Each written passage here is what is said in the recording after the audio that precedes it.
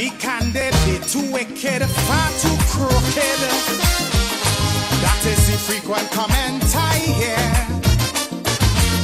Too one-sided, underhanded, can't be trusted. This is the opinion, yes again. For their own abuses, they keep making excuses. Housing crack up over. They unleash the lawyer, set up an inquiry just to get Kid Rowley. But they wouldn't sue the false paper screw. I don't need to close to tell them go. Hurry, pack up your bundle Now, stop fooling the people. please, The country taking a beating. So me plea are repeating. go They like a natural disaster. now. 10 times worse than Ebola. Like a dog with fleas and And down on their knees. And I'm begging food. Now we and I did one week. From Versailles to the country, streets turn into rivers, then into seas. Is why I'm singing food. Now this is my humble petition. And if it ain't for election, go now, please. Accidental, detrimental, could be lethal. Are you willing to take that chance? Much too seedy, they too greedy, eyes too beady. Honeymoon end before the romance. We expect corruption, but now without check or interruption. That a few might stuff the pocket, but not racket by the pocket. From the constant comments, we get no recess. Before things fall apart and the riot starts. Even in chutney, I'll tell them go. Make it sooner than later.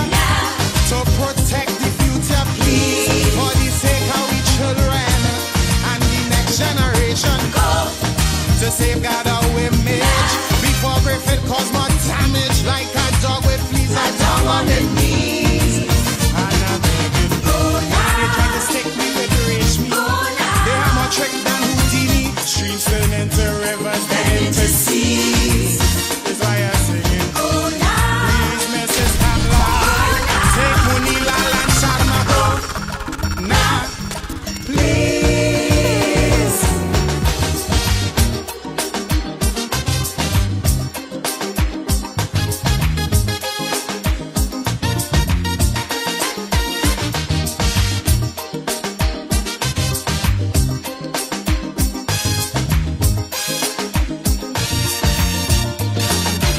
Them and them minions, total villains, raking millions.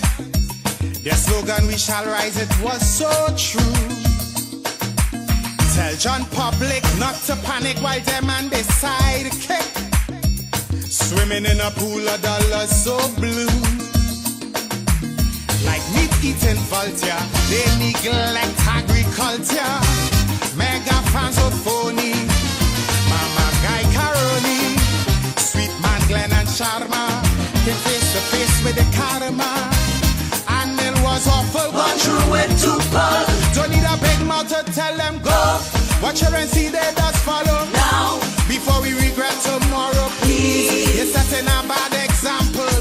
Family values they trample. go It's only vice they desire. now. Before the 5 years expire, like a dog with fleas And down on their knees.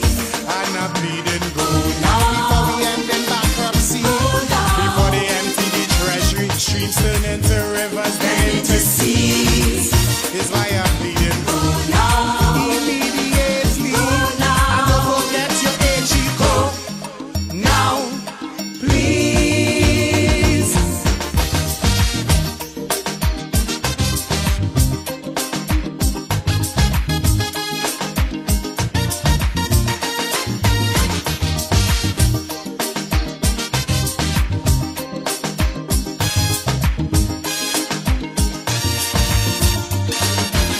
Love to quarrel, always oral, highly immoral. They let the good doctor starve to death. Used to court him, once support him, no road to point for him. But once in power, they quickly forget. I like that one, fellas. Igwe. I am Carl Keaton, Yes, sir. along with Devon Roman and the Igwe. Independent talk for Sunday, 8th October 2023. Grenada is my constituency. Real FM is my parliament. I'm the people's spokesman. And I'm blessed and protected by the ancient of days. My purpose here, or our purpose here, is to give you the facts. What you do with the facts is a matter entirely for you. We always say where shame is absent, anything could happen, like what we're seeing with the housing situation presently. We will not remain silent on issues that affects the people. So good afternoon. Sorry for the late start. No, we don't too late, man. 2 minutes. No, well, people don't expect that. Let people and them just call since last night, since 3 o'clock this morning. Don't be late. And tell me, watch, don't be late today. Now, Devon, I was here Friday and we speak a bit about the housing situation and I try to draw a parallel. And you, I'm happy that you're here today because you have certain things I would say. You would know about it and you could give me confirmation. So, Igwe.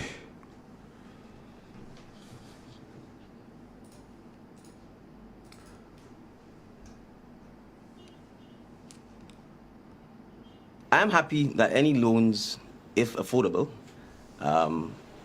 is made available to citizens of Grenada. Mm-hmm. The issue is not whether that's not the issue. The issue is you've placed a large group of Grenadian workers on contract. Mm-hmm. You've placed them in a position where they are unable to borrow through the normal financial institutions by putting them in a position where they do not have sustainable or sustained employment. Mm-hmm. And what that means is that you've made them vulnerable. You put them in a position where you now have to try and create a special lending scheme for them to borrow. And I'm saying even the special lending scheme that you've created, most of them are not going to qualify for the loan. Mm-hmm. And they're not going to qualify because you've already placed them in a position to disqualify them. Because they would not have acquired land. They would not have life insurance because they're working on 6 months or 12-month contracts. And if they're working, and if the jobs they are doing are permanent jobs, jobs that are normal customer requirements for the government, they should be indefinite employees or permanent employees. They should not be on contract work. And if they're not on contract work, they will be able to take part, like the rest of the persons who are on permanent jobs, in the normal banking and financial and the credit union systems in Grenada. Right. And that is how you create wealth. Absolutely. That is how you sustain and raise your standard of living. That is how you're able to save money. That is how you acquire a home or acquire a piece of land, or you're able to start a small business on the side. But when you put people on contract work, and when there is no need to do so, then you are putting them in a vulnerable position, and you are doing so deliberately. And so the question you have to ask is, why are you doing so? Yep. And in my view, you are doing so because you want to have the ability to fire them at will. So you want to create job insecurity because you want to be able to manipulate them for your own ulterior reasons. Right. Right? So let's make this clear. For those contract workers who are able to qualify for that GDB loan, I'm happy for them. But a significant number of them will not be able to qualify. Right. And the question is, when they don't qualify, what happens to them? They remain on contract work. So what has to be addressed is the fact that the government has to end this contract work, absorb the employees because they are doing jobs that are normal, customary, and required. Let's take, for example, a cook in a school. If you have a school feeding program, that job is required indefinitely. There is no reason to put a cook on a contract work. Right. And remember, when you put her on contract work, she has no pension. She has no chance of getting health insurance. She has no chance of buying life insurance because the incomes are very low. Yep. Right? And if you go to buy these things, they will say to you, well, we have no guarantee that you will have a job 6 months from now or 12 months from now. And so no one wants to deal with you from a financial perspective when you're in that position. Right. And I'm saying the job of the citizens, of the government, is to fight for its citizens, to protect its citizens, to encourage its citizens to be independent, not dependent, not vulnerable. So that is the challenge we face. And I'm saying it is solvable by the stroke of a pen. Yep. And let me make this further point. It is actually illegal. The Employment Act clearly says that you cannot put someone on a fixed-term contract, meaning these short-term contracts, when the position they are filling is an indefinite one. So the government itself is breaking the law. The government itself is being lawless. So I'm saying in those circumstances, they should in fact end the contract work, regularize the status of their employees, and any other incentives that should be offered to them to make up for the period that they've been on contract jobs, in fact, should be given to them. Yes, agree. Devon, you hear the Prime Minister, he knows the situation. He knew of the special lending. He knows they cannot buy life insurance. Why are you doing so? Because you see, the job of the government is to fight for and protect its citizens. And you see, the situation is solvable by the strike of a pen. That the Prime Minister was there. The same set of people today who he is not fighting for the housing thing. And hear how malicious he is, you know.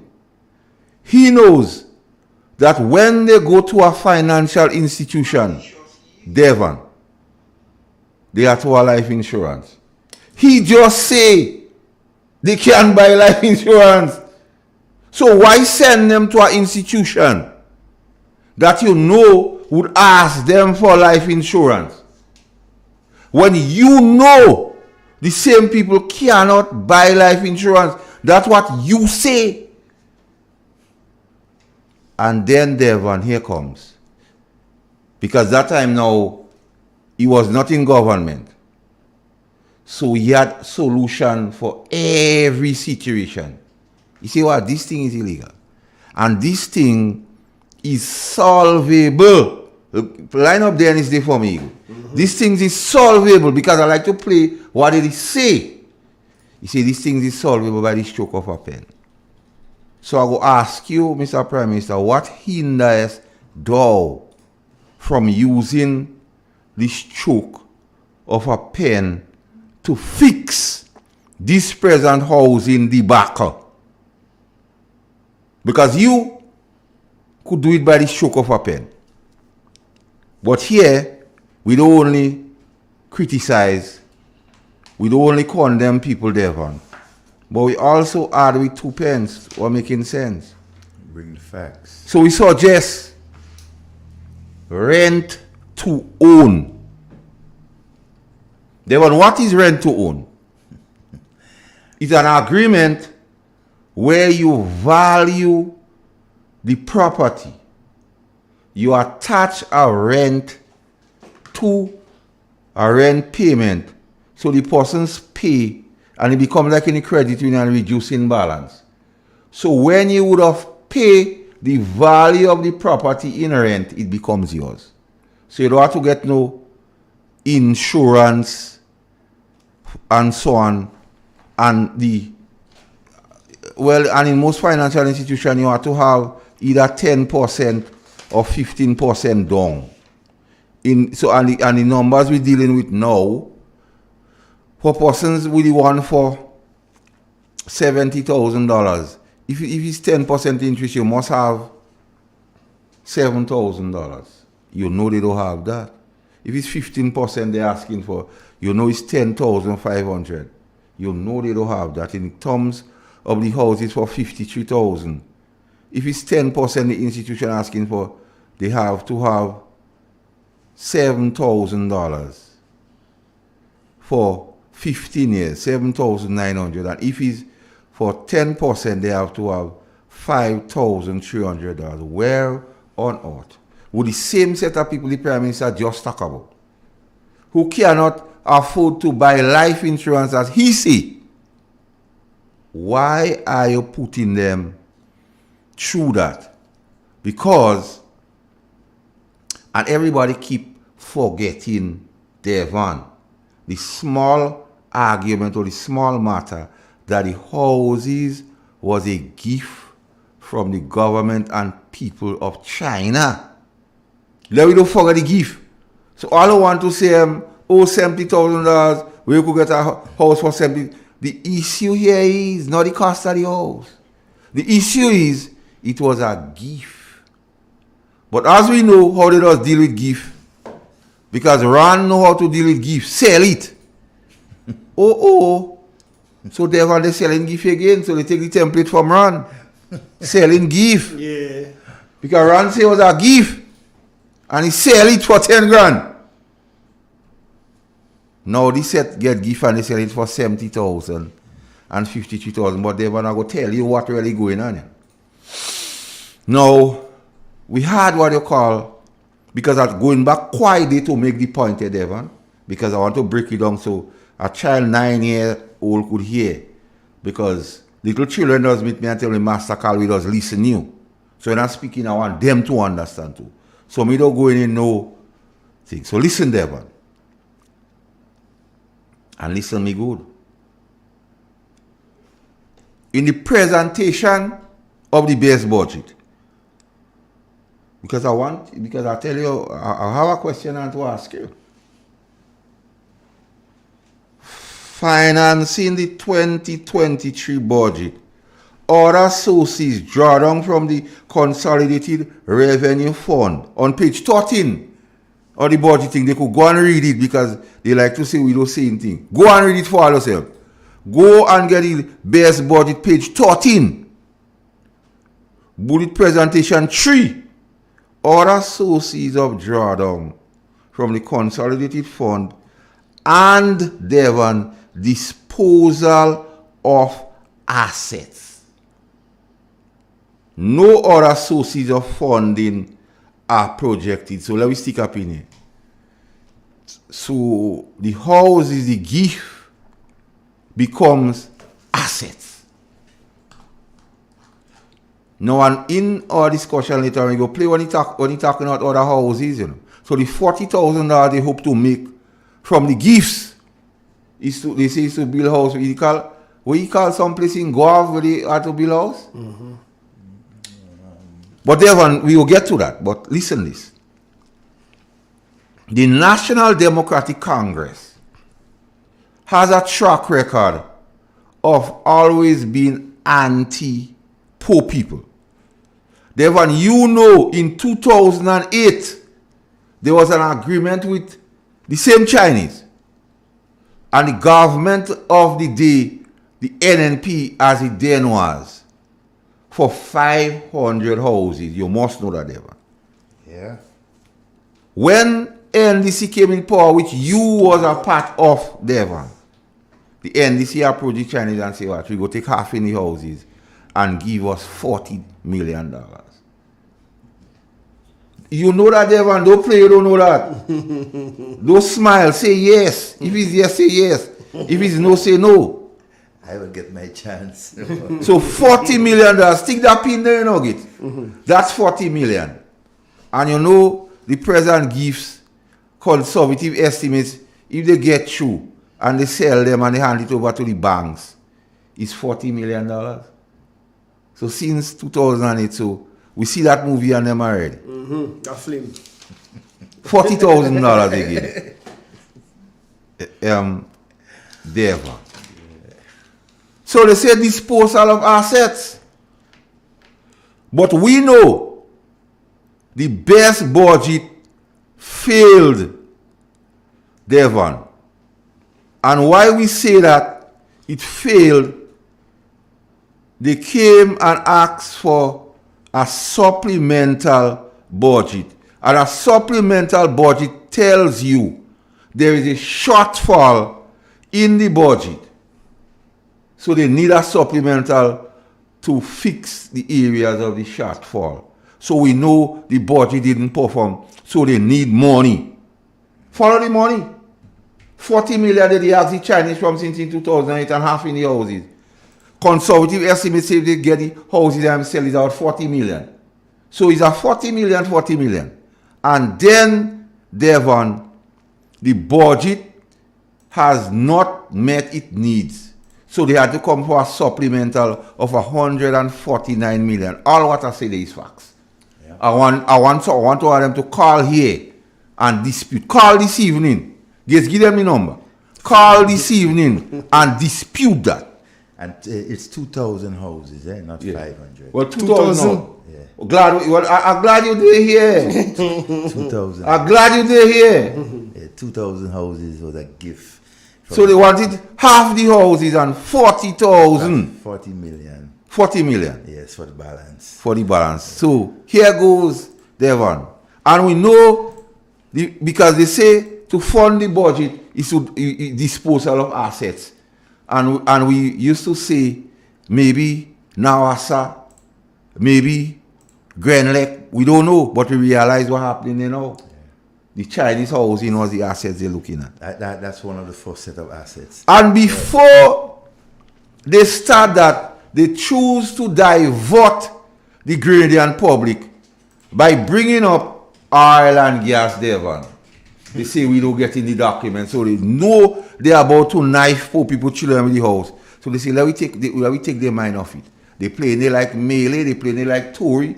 Let we say we don't get the documents for oil and gas. So they arguing out oil and gas, and then we go just slip in like a thief in the night and take advantage on poor people, children. And then when they don't get the house, we go advertise it for the people in the diaspora and other places to come and get it, and they call it a phase 2. Where the advertising houses all about. And there are certain dates to advertising.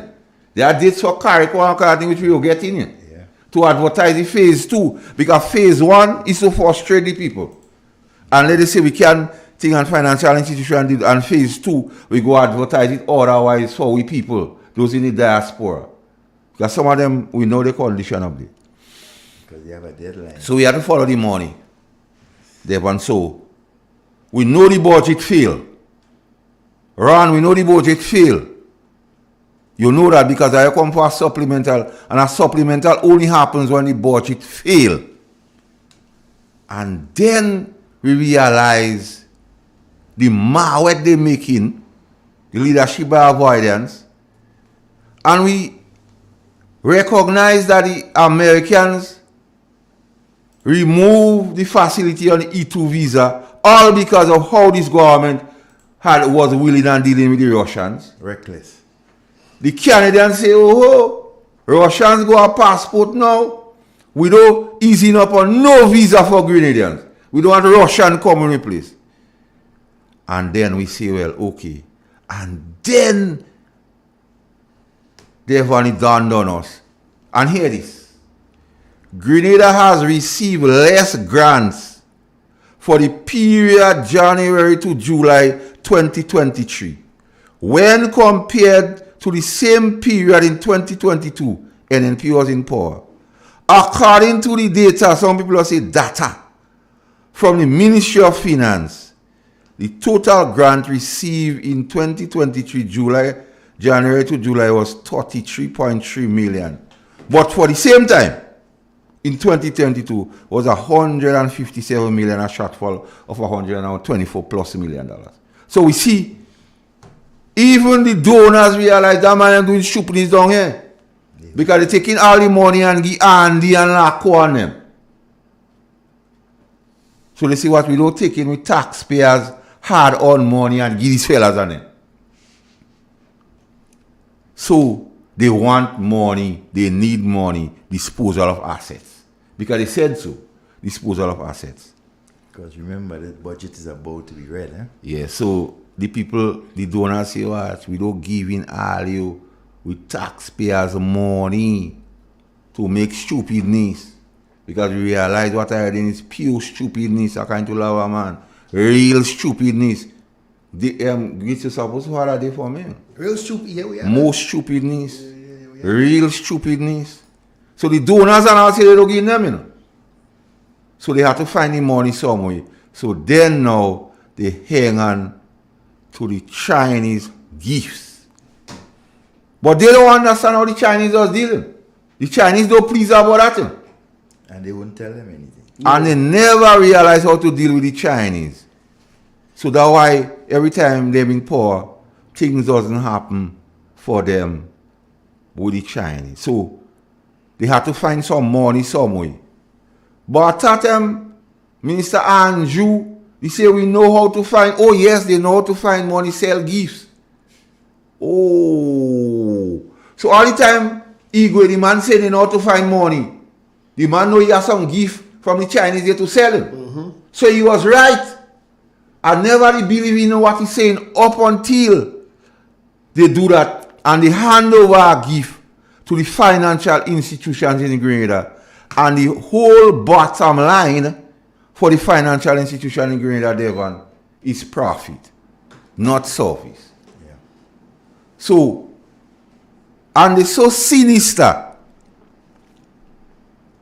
that they throw out the oil and gas discussion just for them to slip in.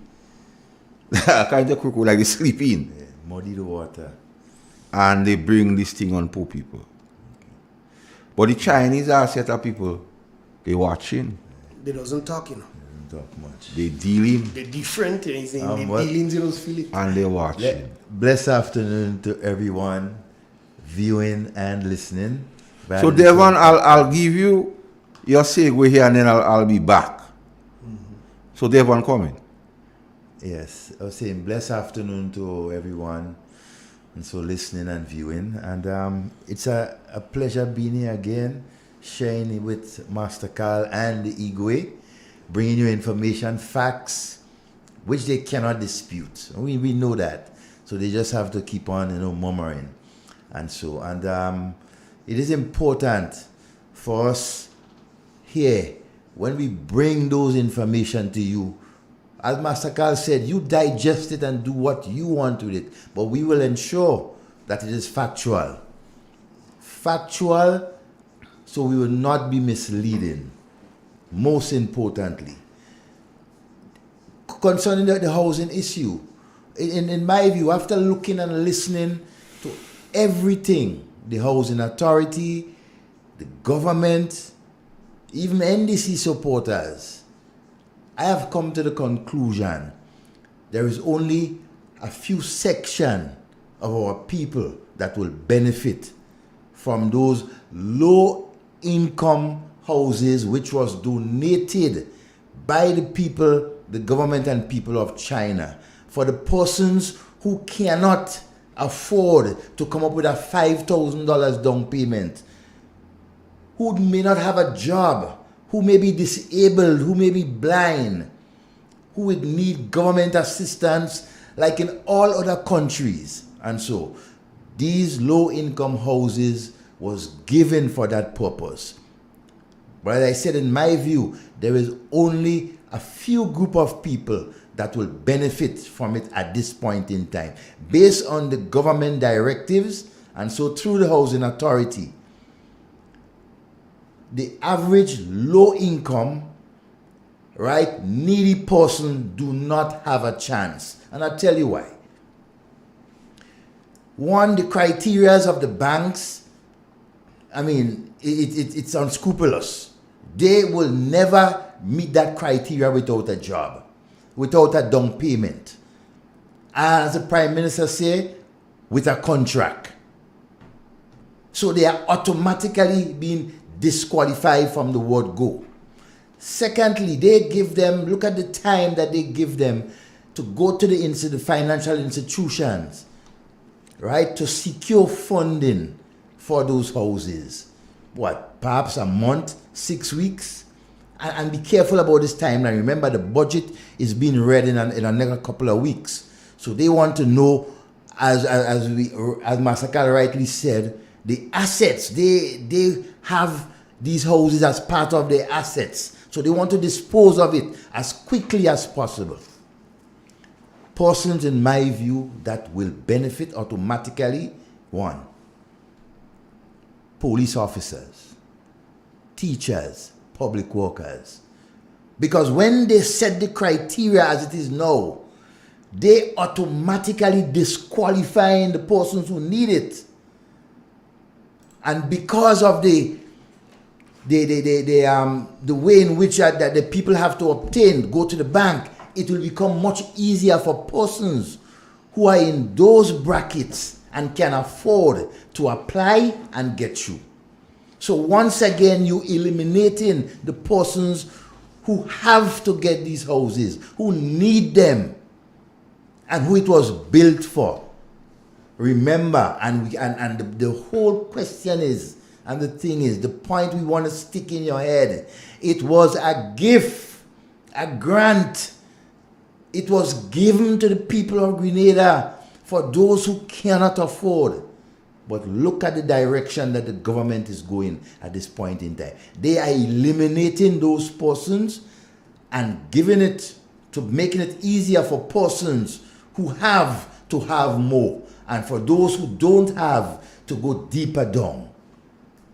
Come on, Mr. Prime Minister and your government, it is time for you to wake up and listen to the cry of the people when it comes to the houses. Remember, it was a gift to our people. But hear this, Devon. You saying for the nurses and police and them here, Devon, that for the people in the diaspora. Well, they also. Them they design this thing for. You go see them. And here you see how they coincide it? Launch independence, 7 million, bring down the friends to wine and take the houses on them. So they come down here and do business like taking the house on them. That's the planning. So between now and February, Devon, because here what happen, they giving timeline. 2 weeks, 3 weeks. Yeah. And then after 2 weeks, they say you can't get it. So it open season. You realize only 20 something of October, which is 2 and 3 weeks away, they having viewing on phase 2. Yeah. By then they bring down the people from the diaspora. And you start to see a set of people from the diaspora in the places and them. And here what they go say, them people and them, they give them the opportunity. But listen this level. Numbers don't lie. For the $58,000 houses, we'll go into some figures here, Devon. 30 years you got to pay roughly a financial institution $292 per month. 25 years, $321 per month. And 20 years, for they at 5%, at 3%, for 30 years, $231. For 25 years, $260. And for 20 years, $305. For the $73,000 at 5%, $391 for 30 years, $426 for 25 years, and $481 for 20 years at 3%, $307 for 30 years. For 25%, $346 for 25 years. For 20 years is $404. So you add that. So let we just work with the 20 years, $404 for the $73,000 houses, Deva. 404. $404 per month. You add to that $150 for life insurance. Mm-hmm. You do the math, Deva. Yeah.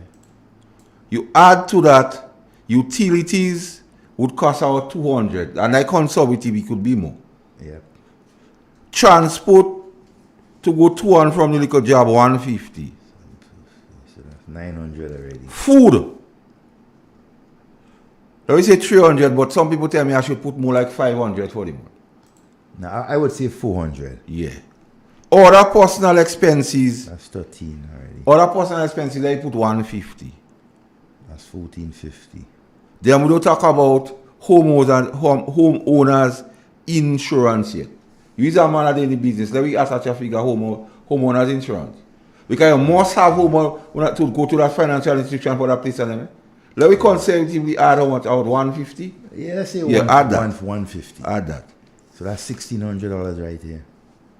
So, Devon. And you ain't talking about children yet. About $500 for food for the month. So let me put $500 for children. Mm-hmm. Right, because every day $500. So you're talking tell me figures then. I clear $2,000. So you must, Devon, be working for 25 and up. $2,500 a month. And who are the people that are working for 25 and up? Ask yourself the question in Grenada. Not the ward. So the question is that disqualify the Ibanez. That disqualify the wardens. wardens. That disqualify the unemployed single mothers. The caregivers. The caregivers. And those are the persons the houses was intended for. Exactly. So when he say government have to fight for its citizens, you are custom fighting against the people. You realize you fight against Backlin board for the rice mills. You fight against Grand Lake, you fight against the breweries. And how could we believe this guy go care? And here what he do? Leadership by avoidance, you know what that happening? He go quite in some place in Oman or somewhere. No, Qatar. Qatar. Qatar to sign an agreement for Airline. Imagine that. I thought you had a minister of either foreign affairs or tourism To deal with that. who could fall with that. I mean, come on. So that has to be more stupidness, Igwe. That has to be pure stupidness. That has to be real stupidness. Let me hear it. More stupidness, pure stupidness, more stupidness. That has to be stupidness. Call it by whatsoever name you want. It's stupidness. And leadership by avoidance. Blessed evening to all of you on the different platform. God is better. Pleasant good evening to you, my dear. Other experiences. And those are conservative figures. We doing at the bare minimum. It could be more. Could be more. So you're looking at the rate that it is set right now by this government and was set by the bank. Persons who would qualify, they must be working for At least $2,500. at least $2,500, because based on what we work out and what we calculate, that is all bills that has to be paid at the end of the month. And right? So this government's decision with the housing excludes the poor. It excludes the elderly, the single mothers and the vulnerable group in this country. The contract. Who the houses and what is so vulgar and downright nasty is those houses were negotiated for these people, but with the stroke of a pen, you take it away. Take it away. The same stroke of the pen you're talking about. And you're defending that stupid decision that you made. I even hear the chairman of the housing authority talking about the government have intention to build smaller units or other units for those type of people. I mean, you hear how they're categorizing the persons who are in need? So the question is, what category of workers in Grenada are earning $2,500 and up? Okay. Exclusion, economic exclusion. The NDC accused the past administration of wanting to keep people poor. So we must conclude that the action means they are essentially desecrating the poor and vulnerable to start with. Yeah. Get rid of them totally. Removing the 150 for support for the elderly, the hike in sugar. The one that doesn't laugh most about it there and the reduction in the cost of condoms. Yes. So they like fellas, they more encouraging men on biscuit and all kind of stupidness, rice and fish on Friday.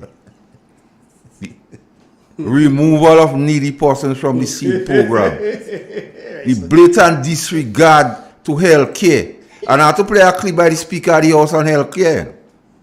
And I will play Brian Grimes, where he say health care worse. Yes. He say if you remember how health care was then, he say Lord Jesus, you know, and you're looking below. It's worse now than then. The management of gas prices, they say, if we could give you for 12, why cap it at 15? So Andy Williams, why it is nearly $17 now? And who is benefiting? The gradual destruction of the I-monies. Put the low-income houses out of the reach of low-income Grenadians. The fine of workers, particularly women. So the Deacon Mitchell is correct. By the time his government, the time we're ready to vote him out, Devon, the poor people, he might not put people there, all might dead. I'm telling you, getting rid of that's a technique to get rid of that lower class of persons in our country. They must be no more.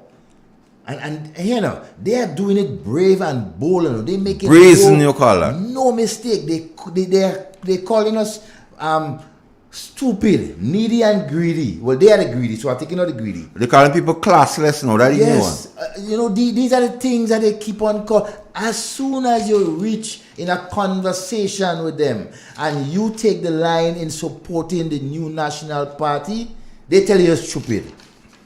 They tell you in a sense. You understand? Like they are the ones most able to control everything. It's their time now. But all they have something coming.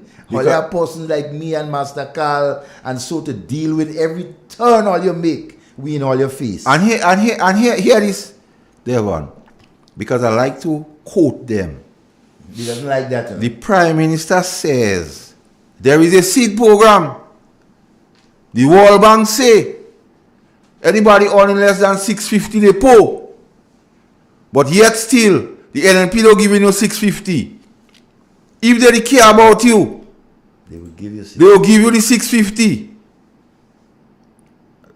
They can me tell you care about the poor and thing you take out on it. That's your words. You take out on it. It was not me too. You take out on it. The same 650 you take out with the World Bank. And you say if the NNP care about you, they will give you 650. They can me tell if you care about the people of Grenada and the city, you give them 650. So why you don't give them 650? You know, I wouldn't be surprised, in one of the other, as they would call it, another best budget. I wouldn't be surprised if they make a stunt and try to increase. And I hope they do it and give the people retroactive, you know. I hope they bring it up to 650 or 700. They won't do that. Right? And give the people a retroactive, what you take away from them. They You means understand? the means wouldn't afford them.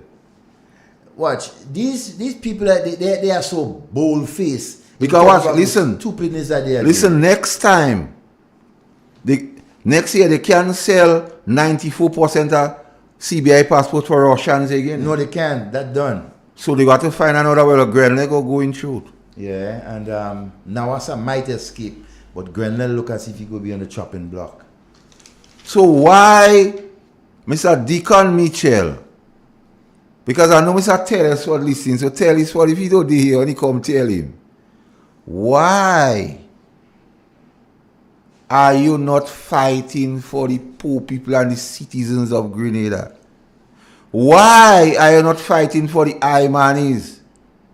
Why are you not fighting for the wardens? Why are you not fighting for the caregivers? Why are you not fighting for the single mothers? Why? So I will take a line from Smokey, and it goes like that. Devon. Please, Deacon, make a better try. Please, stop this mama guy and fight for the people. If it's one thing you are accustomed fighting against the people. So, Mr. Deacon Mitchell, one time you can fight for the people? One time is too much for the people to ask you to fight for them? Mr. Deacon, call back the people and tell them, okay, we go enter into a rent to own from all. Because here, Devon, most of the people, they doing that, have a little work with government, a contract. Yeah. So you could take it by deduction, so you're in a delinquency. A lot of their supporters too, So before the money reach in their hand, you have it. You have it. No, them don't care about that. Let me start to take some calls because I realize you have the phone running. Mm-hmm. Yeah. Good afternoon. Good afternoon. Good afternoon. Hey! Master Carl, Yeah. how you do?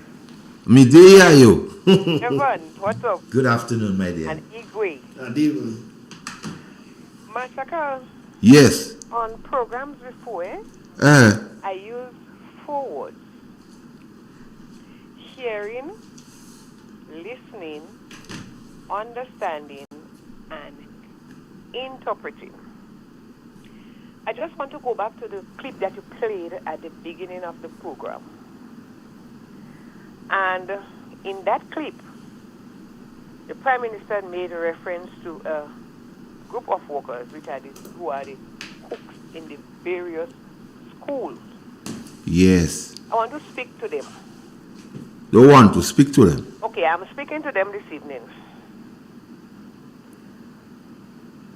At present, as it is now, are you permanently employed or are you on contract? The same people? Yes. The same people, the cooks. Are you permanently employed or are you on contract? If you are still on contract, it means that you are illegally employed based on what the Prime Minister would have said. You are illegally employed. At present, can you go to a bank or a financial institution now and get a loan? We're going back to listening, hearing, listening, understanding, and interpreting. If you are on contract, if it happened before in the previous administration, being on contract, that was a criminal act to be on contract. Are you on, is it a criminal act now for you to be on contract? If you were on contract before, the administration can be held criminally for having you on contract. Can we say that this administration should be held criminally for having you, the cooks, on contract? Remember the words: hearing, listening, understanding, and interpreting. So if you were on contract before and it was wrong under the previous administration, what makes it right now for you to be on contract under this administration? Think about it. Now you have to interpret now. Who is the criminal? Who is considered to be the criminal? Because he said to be on contract is illegal. It is a criminal act. And we have it continuing. So ask yourself the question, who is the criminal? That's the question you, the cooks, have to ask now. Who is the criminal? Master Carl? Yeah. You see, some people like to talk. Some people like to talk. Some people like to talk. And I'm closing again with these 4 words. If you hear something, make sure you listen to it properly. And if you listen to it, make sure you have an understanding of what you listen to.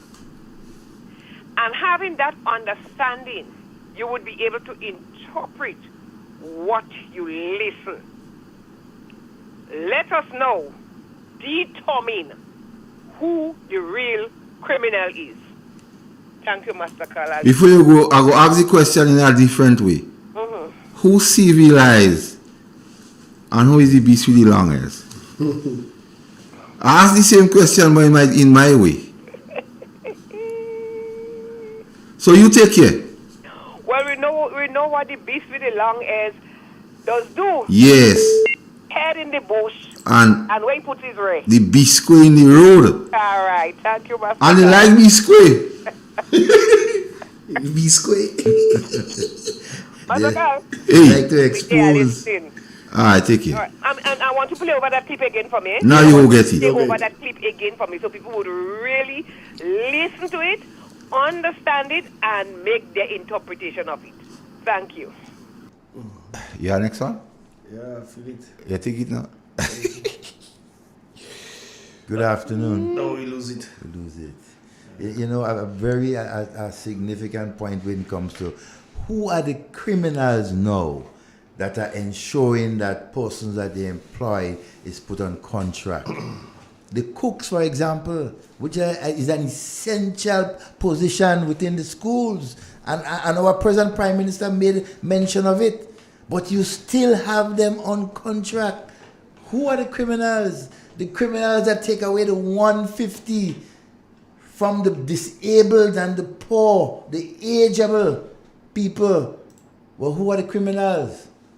I'm just Igwe, asking. you have some, yeah, let me take it, and then you have something for my rep for me, I want it. All right. Hello. Good afternoon, guys. Good afternoon. How is everybody this afternoon? Good afternoon. We did. Mr. Carl, Yes. I need all you to give us back we half an hour. Give us the what? Give us back the half an hour. He's trouble. No. Find that trouble. You find that trouble? No, give us back the half an hour. Trust me. All right. Master Carl, what is your representing name? Mr. Dennis Matthew Cornwall. Okay, Mr. Cornwall. Good afternoon, sir. Somebody say today's the Prime Minister birthday. Who Prime Minister body? They say today's Mr. Deacon Mitchell birthday. I don't know if it's true. I true that one? I don't know. I can't remember when he born. I don't know. Are you business? Like somebody say on the thing, if Laco could have get money from GDP to buy a house, why them people can't go in GDP now and get money? Yeah. Why they have to go in credit union and another thing? Let me tell you something. Laco didn't have a job. Now he have a job, so he could go and get money. Ah. So them people and them who want the financial, they don't have a good job. They don't have a good paying job, so they can't go and get the finance to get the house. Mm-hmm. That is all, because all the time they didn't have a house, they have a job now, so you see they could do what they want. To go up the ladder, come down the ladder in style. That's what's going on with them. But Mr. Carnwall, good evening, sir. Now it is medical station and Mr. Lacrette. How much is medical station looking at want attention? Please. I'm asking all you, please. How much is medical station when the nurses and them inside there? He's falling on them. So they could bake bread? Powder. I don't know what powder it is. They're supposed to go to the bathroom. Don't have no duty. No Open sepulchre? Yeah, no door. BC Polka. So they need a door, and it is on the roof. Bat making matic you inside there with them. And So you could go there and get some bat guano? I'm telling you, so we need it. Don't let me have to call back again. Anytime I go to the medical station, I have to see it. And still, when I see it done, I'm still coming back and thank you. But please, look at how it is medical station. The east, the nurses are them complaining. They cannot. When they sterilize, it's in the thing where they sterilize. When they clean, dust is dust making man with them. I don't know if it's walking in style. So I don't know what's going on outside there. We need Amity's medical station to be attentive. Mr. Lacrette and Mr. Cornwall, don't let me have to come back on the radio station again. Please have a blessed afternoon. Mm-hmm. Bless birthday to the Honorable Prime Minister. Mm-hmm. Rule diligent and brave. I just hope you don't kill pity. Massacre. Somebody say Devon, the airport might be disposed as an asset. I don't know. It's possible. You could sell the airport? They already asked, not me. Not said you could lease it. They could lease Chatters on the it street. for another 50, 100 years. They can do that. Gates with the people spokesman say, if they say that, we have to find out. I want to make a. Oh, you get afraid of? I get afraid. I want to say something with that. The last caller mentioned the problem in Hermitage. She said it, and it might seem to some people it's not a serious thing. Anytime you have droppings from your roof and so from bats and that thing, you have a serious problem. And for a health facility like that, they need to do it. I want to make an offer to LACO and the Ministry of Health. Right? I can give my services. We can negotiate. If I would give you at even quarter price, just to get it done for the people of Hermitage. You understand? Clean the roof and take out all whatever. It's not for me, but for the health of the people of Hermitage and all those who use those things. Because when bad droppings start coming from your roof, it not just becomes a health hazard for the nurse, but for persons who enter in and get the service from that health facility. All right, just a suggestion. No politics intended, It's right? health. Right, but I'm providing my service. Let me say good afternoon to Wendy and the boys working in Baylands. And say good afternoon to your friend all time tell me. Good afternoon to Wendy and. Good afternoon. Good afternoon to Chimney Hill. Yes, Cindy and Baka and all of those up there who listening. Yeah. You know? Chimney Hill give me up, man. Chimney Hill. See you back? Yes. You get back now?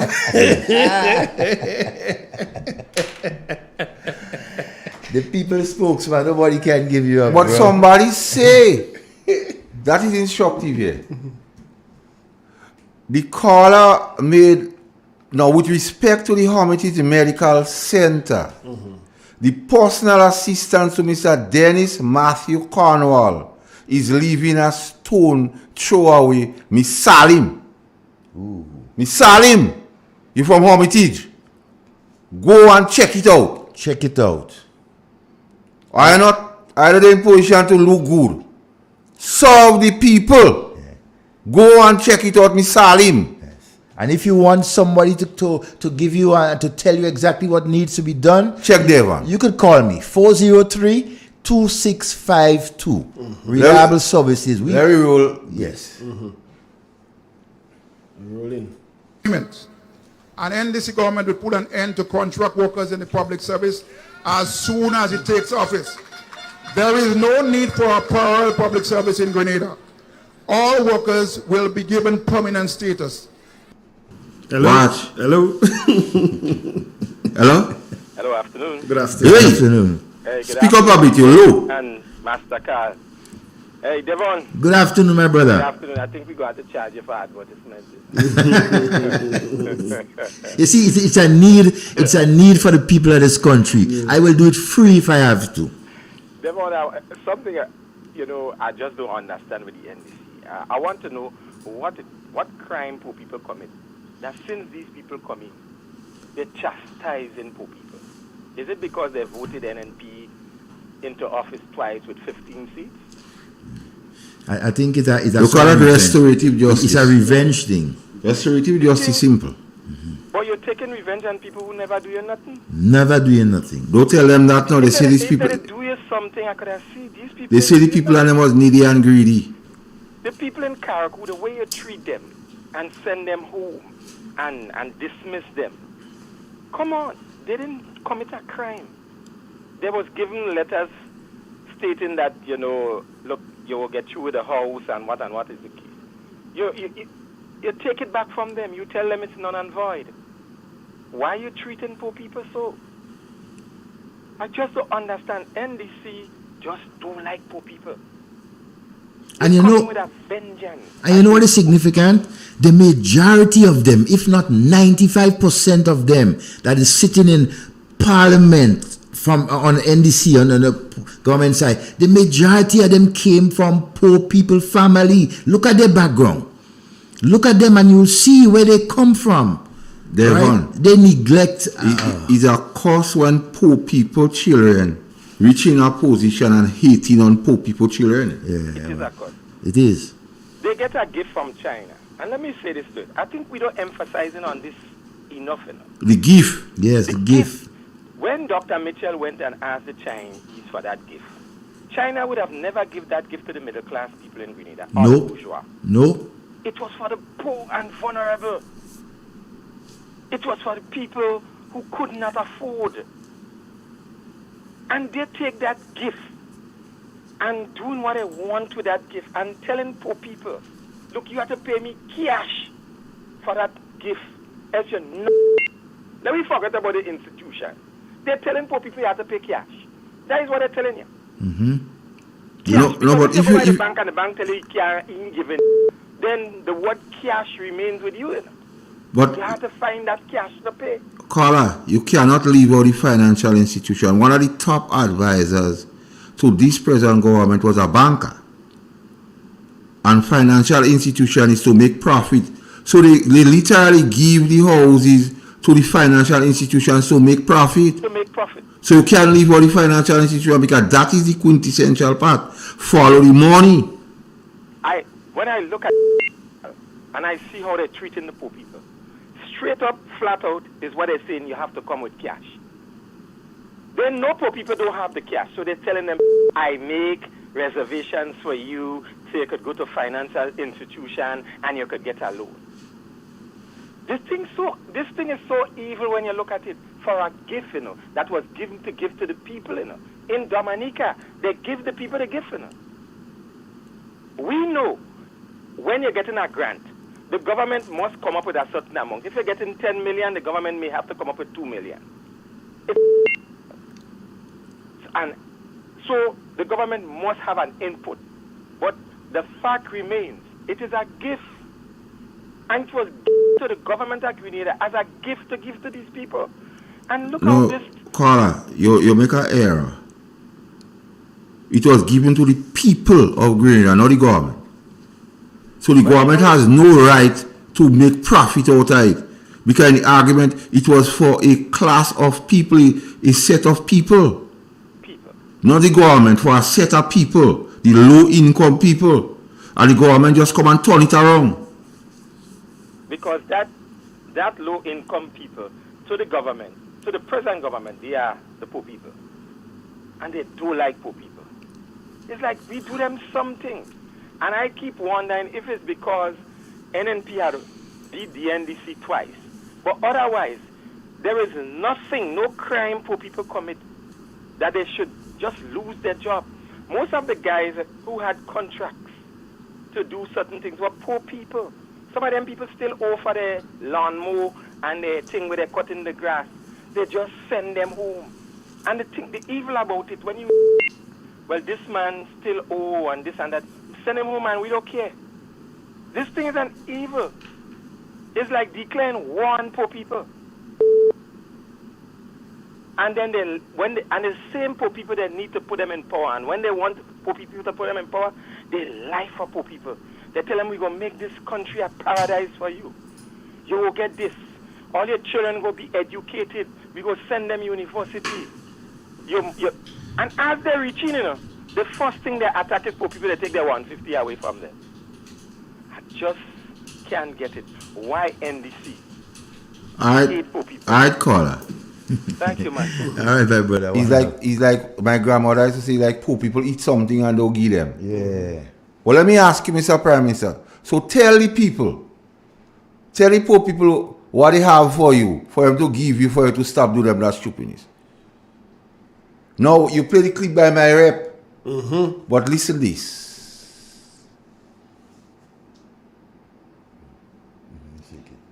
There will be some discussion in Riverside Evangelical Church at 5 p.m. today.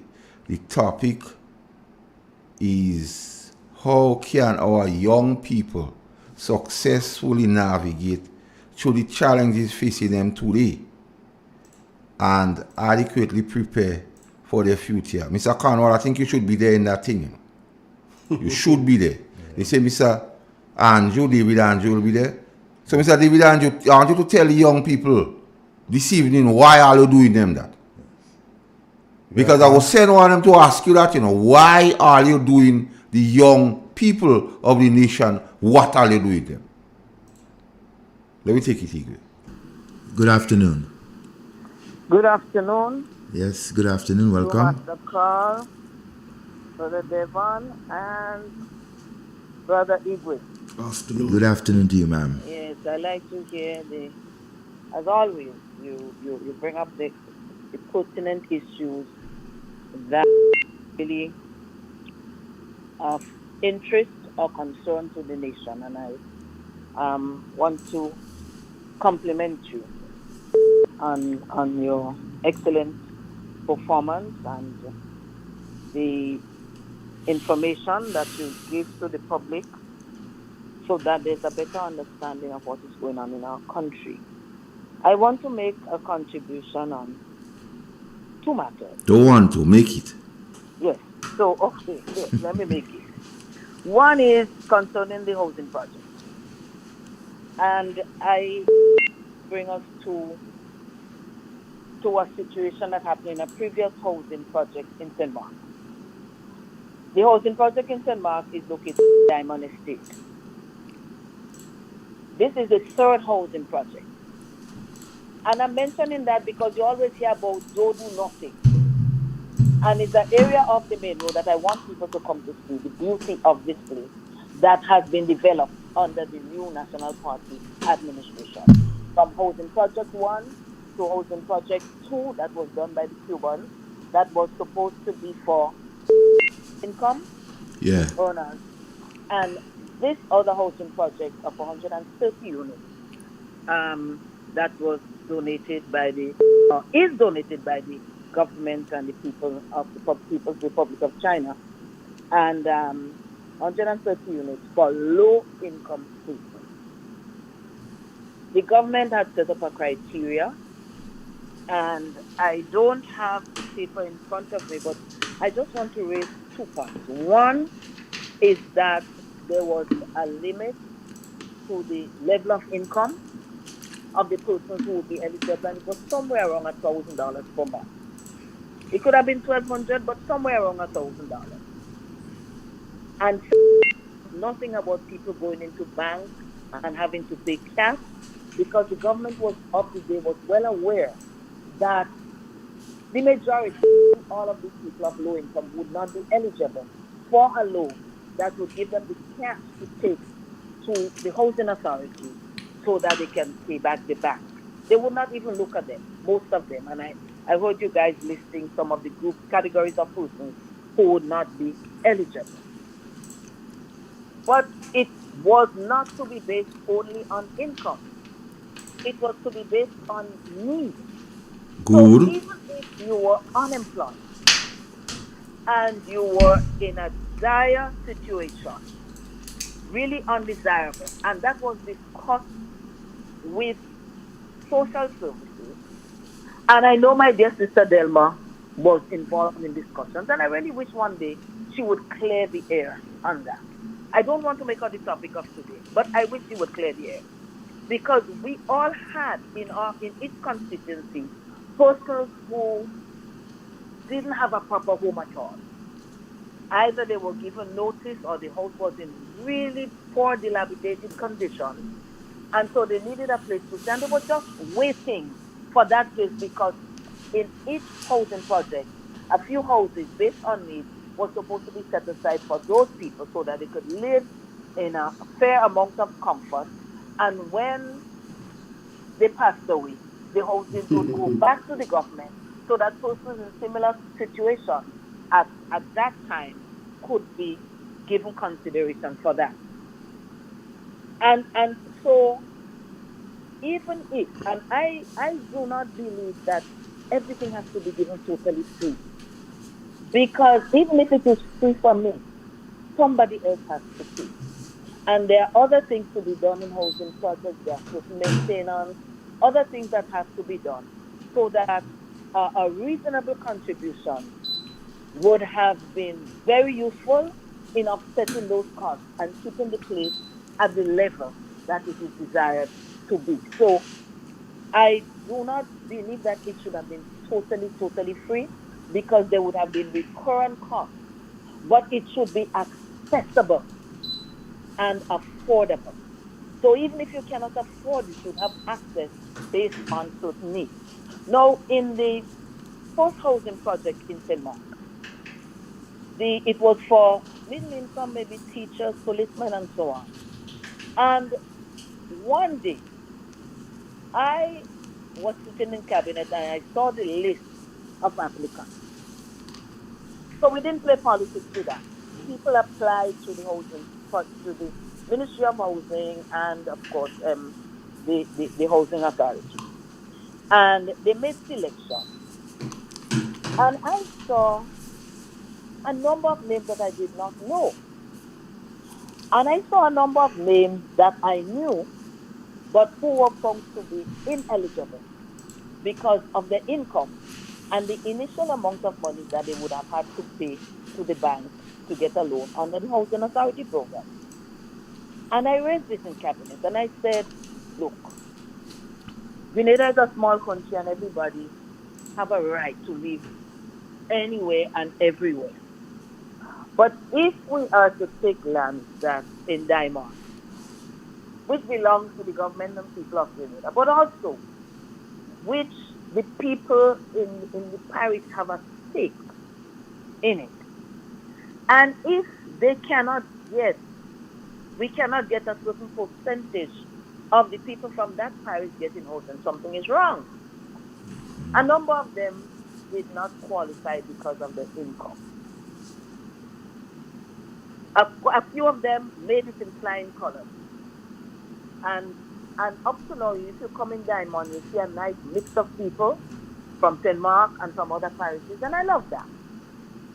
But when I raised the concern that most of the applicants from Denmark were not eligible, I remember Dr. Mitchell, the then Minister for Finance and Cabinet, gave it consideration, you know what, to lower the cost of the houses, so that what they had to negotiate with the bank would be less and acceptable to them. And that is the hallmark of the new National Party. Not just taking care of indigents and poor people, but taking care of middle income, of high income, and keeping the country viable in a holistic way. And I want to speak of that because I'm really pleased to see that some people, they managed to make it. Some people, with the lowering to facilitate them, they were able to have the house, and they're there. And even some of them have managed to upgrade the house and so on. It's a beautiful village, well organized, well structured. And so instead of taking away from those people, what the government did was to facilitate them so that they could have access. Now you come to the poor and the indigent. And the government was going to do the same thing. Assess persons. There might be persons who might be able to make a contribution, so be it. There might be persons who were not able to make a contribution. And so the government was going to work out some kind of protocol, some kind of manner in which they would have the access. Here comes people who know nothing about the negotiation.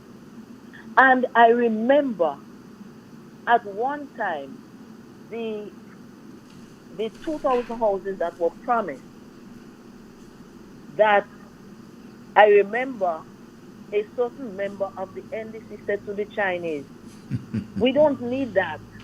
We could take that money and build hotels. We need hotels, yes, and I'll be one of the first to say that. But we also need very much housing for low-income persons in a manner that will make it accessible to them. And it is very painful to listen to people saying they've been called to come down. But some of them are saying, well, I don't go in, because that kind of money I hear government saying you have to pay and you have to pay cash up front, I won't be able. These are people who've been waiting patiently on a promise from the government, the then government of Grenada, and the government and people of China on an offer that was there. They watched it being constructed. They applied, and now they cannot have access. Shame on the government in Africa. That is number one.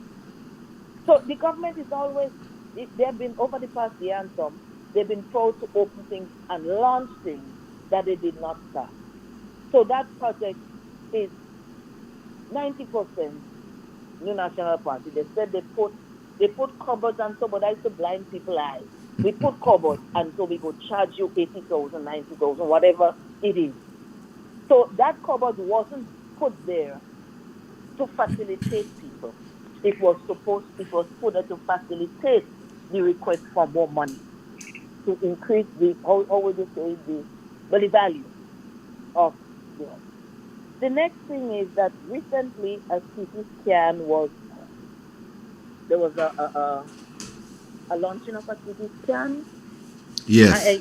I call it launching, but relaunch of the hospital. And I know you guys are very good at researching things. That CT scan has been installed quite a while. The CT scan has been functioning quite a while. The CT scan was negotiated and requested when the then Honorable Nicholas Steele was in office. And I remember him being proud, and I repeating what he said about the cuts, that the kind of cuts that the CT scan could do, that it was that it was the best, either in the whole region, Caribbean, The region. or the Eastern Caribbean. I don't want anybody jump on my back if I make a mistake there. You can't But jump on your back. You the well region done. and the sub-region, it was one of the best, the high standard. Now all of a sudden, I hear speeches as though it's them that negotiated.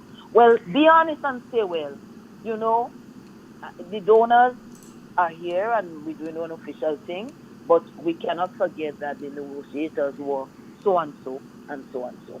And there are persons on the NDC side who could tell them the history of that CT scan. Somebody tell me they did a CT scan in May of 2022. So since then it was here. To remember when May of 2022 the person did a scan. Under the new national party, it was here and it was commissioned, and that whole new area, that whole new wing. I want to just refresh my thanks. Yes. Repeat my thanks to the people and the government of Cuba and Venezuela, because they contributed to the hospital reconstruction and to that new.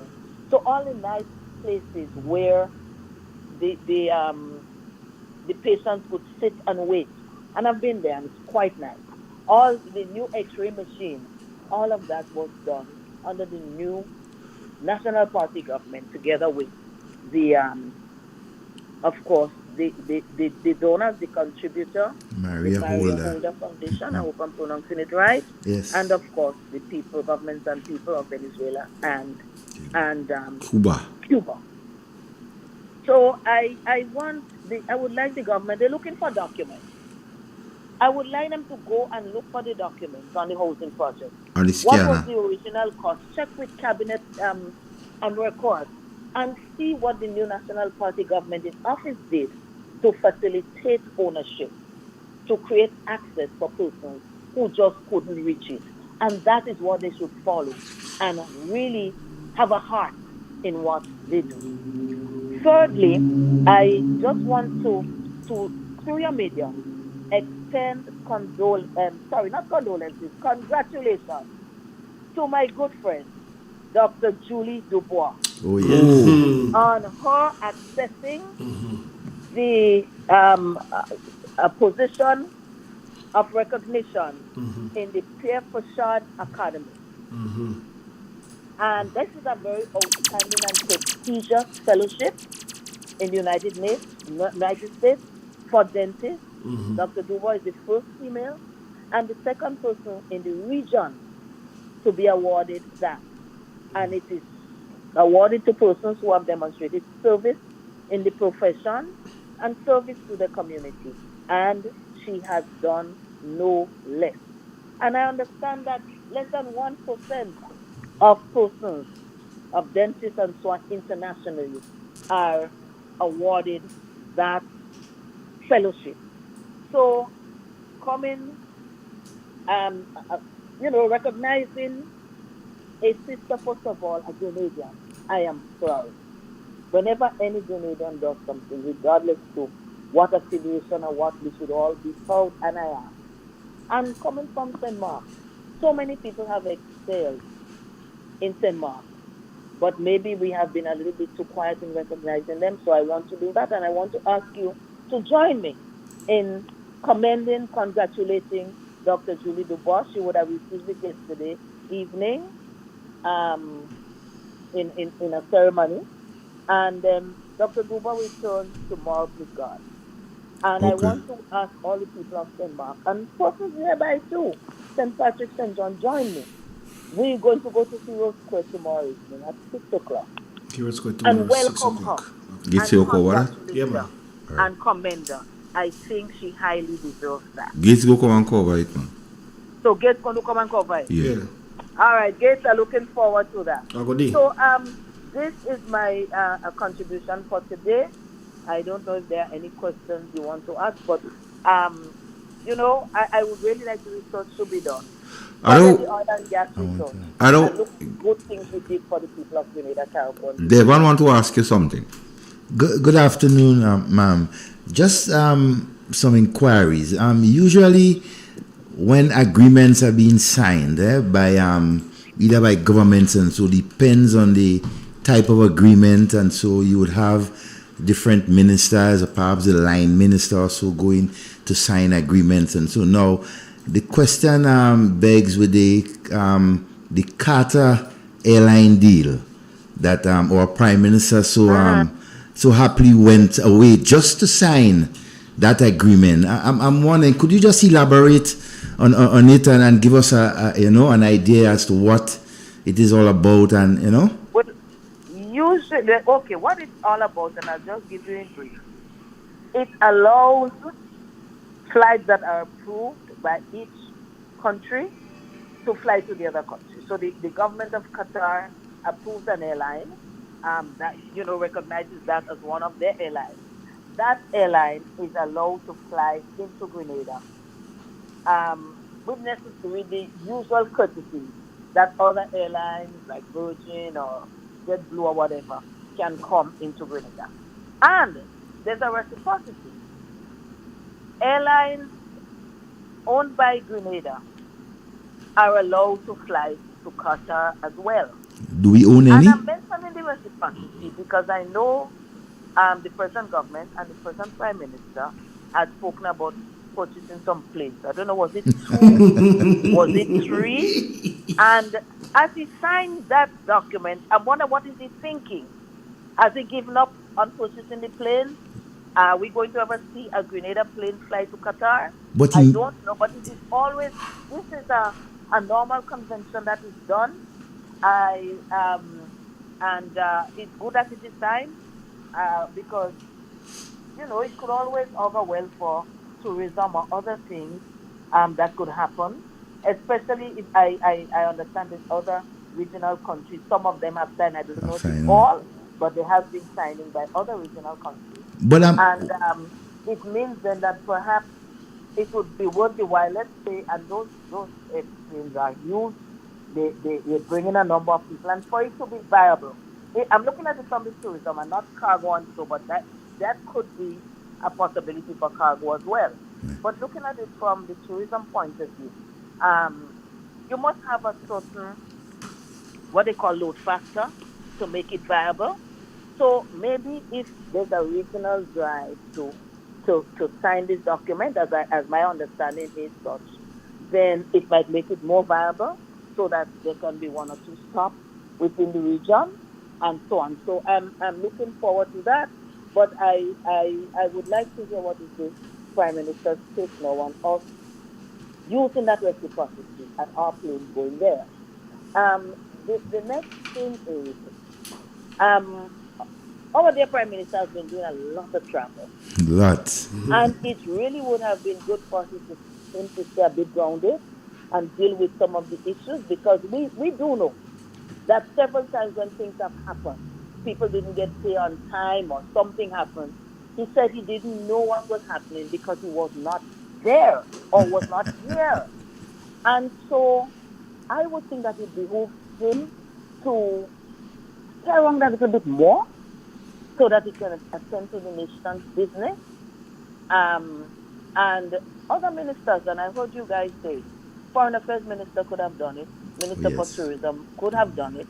I don't know why in this case it was necessary for the Prime Minister. Maybe when he returns and he does a press conference, he'll tell us why. Because he has been to that area, UAE, quite a few times in the past year. 3 times. If my memory serves me right, eh? 3 times. So, 3 times.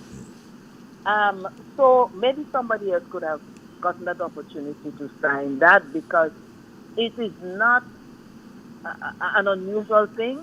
It is done all the time between countries, and other countries have signed it, and all cabinet has to do is to approve it, maybe look at the pros and the cons, and one of the ministers could have gone, there's a civilization officer in the Ministry of Tourism, could have gone, accompanied that minister, and it would have been well accepted by the government of Qatar.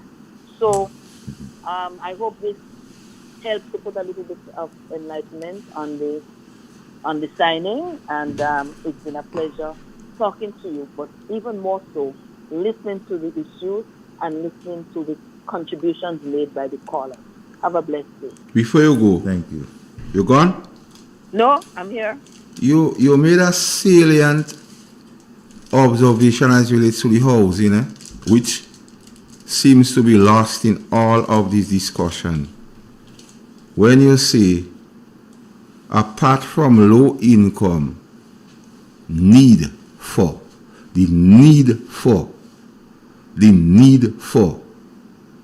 and we forgetting that. It's not about the money, it's about the person's needs.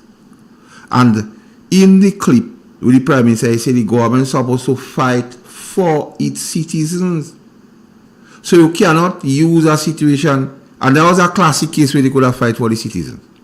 Oh, yeah. Big time. I can't think of a better one off my head. All right, so take care and thanks for the contribution. All right. Have a blessed day, guys. Igwe?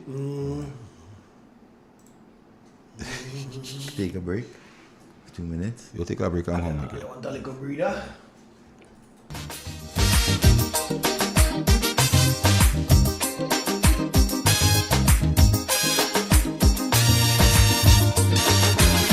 Tell me candid, they too wicked, far too crooked.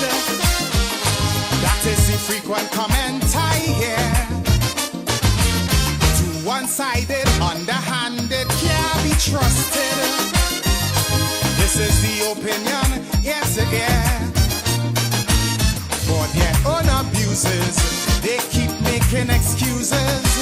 Housing crack up over, they unleash their lawyer. Set up an inquiry just to get Kid Rowley, But they wouldn't sue the false paper screw. I don't need to come close to tell them go. Hurry, pack up your bundle Now, Stop fooling the people. The country taking and beating. So they plea are repeating. go They're like a natural disaster. Now. 10 times worse than Ebola. Like a dog with fleas and down on their knees. And I'm begging, now we and I did what we prophesy to the country. Streets turn into rivers, then into seas. Is why I'm singing.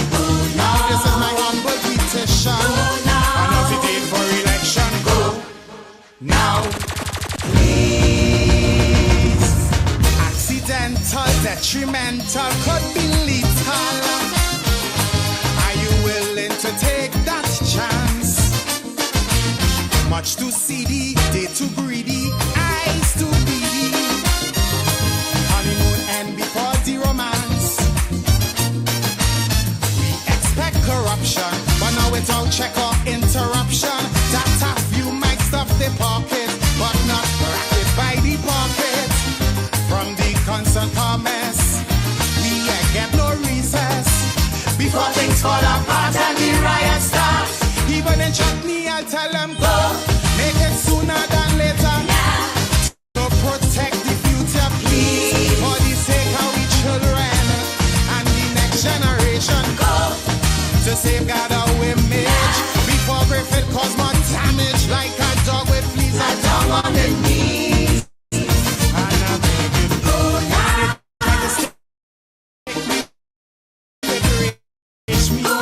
They have more trick than Houdini. Streams turn into rivers, then into seas. Is that singing? Please, Mrs. Hamla. Take Munila and Sharma. Go now, please.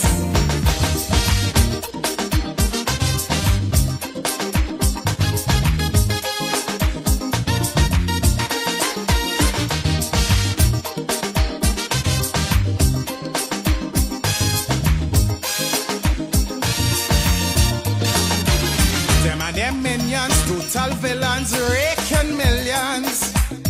Their slogan, we shall rise, it was so true. Tell John Public not to panic while them and they sidekick. Swimming in a pool of dollars so blue. Like meat eating vulture, they neglect agriculture.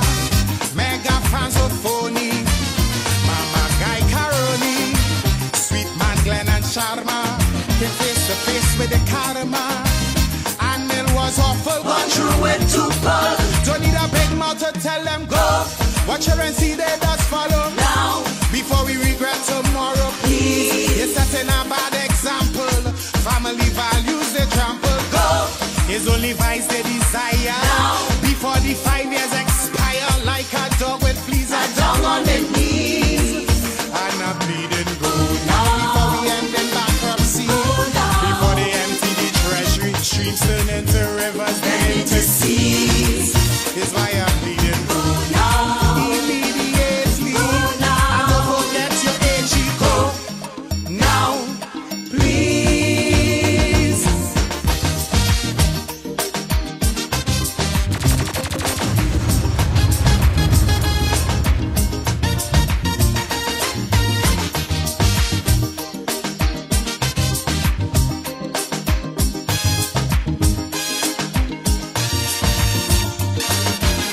Love to quarrel, always oral, highly immoral. They let the good doctor starve to death. Used to court him, once support him, no road to point for him. But once in power, they quickly forget.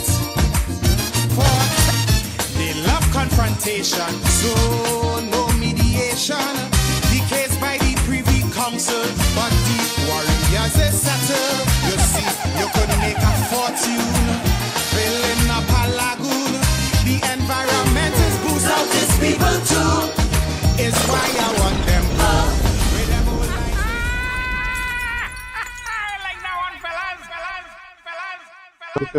If you notice what I just said that I happened to pass and I just saw the protest. So and that's what happened. As part of our visit, right, I was making. Let me explain. Oh, so you Let me explain visit before. the hospital, sir? Let me explain. Right, I think probably you're my papa. I had a staff who lost a child yesterday, so I visited the hospital yesterday. I decided this morning to take a pass here. After here, I go down by Melville Street down there, just a general pass. And when I came here, I happened to see this shit this morning, and I spoke to the union representative. And we had a chat on it, and I just engaged the workers. Like agriculture, that we So should be this promoting. is not the first. This is not the first day of protest action. You were unaware that the Well, you know, the workers in the district, workers. they don't know my ministry. My ministry is the Ministry of Mobilization, Implementation, and Transformation. So Yes, he good. Lie. Andy Williams, Yeah. the acting Prime Minister of Grenada, Carriacou and Pitimatney. They catch him with the pants on again. Yes. They catch him lying again. Again. Devon, let me break it up. When you become the acting Prime Minister, you automatically assumes all portfolio that the Prime Minister holds. Yes. So he ought not to be Prime Minister in absentia. Because leadership by avoidance, he hiding from the issues, we know that. But then he put Andy Williams as the acting Prime Minister. When last I know, a protest is a civil unrest. The police must know. And the police must brief the Minister of National Security, which is Andy Williams. So you lie. You didn't know. Or you don't know. What you know what the radio station saying. Yeah. You know they paying people to talk thing on the radio station. Now let me tell you that. He lie. You lie. And I want you to clear the air as I on you. The 20,000, there's a talk out a $20,000 check that bounced to a distributor in the south of the island, in your constituency. And there's talk about another $13,000. There's talk about a lease which the government of Grenada has, advising certain cashers to not allow checks from certain people. Is it true that Andy Williams' name is on that list? Is it true that A&D distributors is on that list? Because you're acting like Prime Minister, you have to know. You have to know who the government don't want to accept check from. You come talking this utter nonsense to the nation. And here we song so. Andy, stop jackassing the thing, please. Please. You can't help it. Stop jackassing the thing. Can't help it. Can't help it. You didn't know. But then again, we have a kind of culture here, and I go deal with it one time. Because Vanny Cohen, when they ask out run and the accident, he say he didn't know too, eh? Yeah. Well, even the voice note too, he didn't know about it, you know. So Vanny Cohen, you in charge of crime. Unrest, civil unrest is part of it. Why are you not briefing Andy Williams? Acting prime. And when he go out and people ask him questions, he looking stupid. You sabotaging the man? Mr. Mackenzie, why are you not briefing Andy? Because Andy say he don't know. So that means nobody don't brief Andy. And I should give the Prime Minister daily brief. So why? So for argument's sake, but I don't believe him. I believe Andy lie, but for argument's sake, let me say we believe in Andy. Let's give him a blind. For discussion's sake. RGPF. I'm not doing why. RGPF, brief the guy. Yes. Issa P.R. brief the guy. Do mess up the thing. Vanny Cohen, I brief the guy. Mr. Mackenzie, I brief the guy. Don't jackass the thing. But the police them tell me, watch. Mr. Mackenzie, and I want to read what they say. You know, Mr. Mackenzie just making time waiting on January to go. I say no. The man on a contract, they say yes. They say Vanny Cohen is at his wit's end and feeling the pressure. They say crack up phone in Mova. Don't say in a word. They say Randy take a back seat and he'll lean back. Crack up phone in Mova. They say the king's son forgetting everything. Like they say, yeah, old Alzheimer's. That's the police say. So Andy, I believe they don't brief you. Yeah, they don't brief you. They have you looking stupid. Yeah. And you go up there to make you look show off. They asking you these questions and then to make you look ordinary, but you might vex, eh? Yeah. Pull, strip him down to size. No. Yeah. I just pass him. Passing me. Somebody dead. Somebody are walking on me. Mr. Voice Note, please. Give me that thing how stupid is the phone. The acting Prime Minister, give the man a briefing. And after you give me stupid, give me khaki.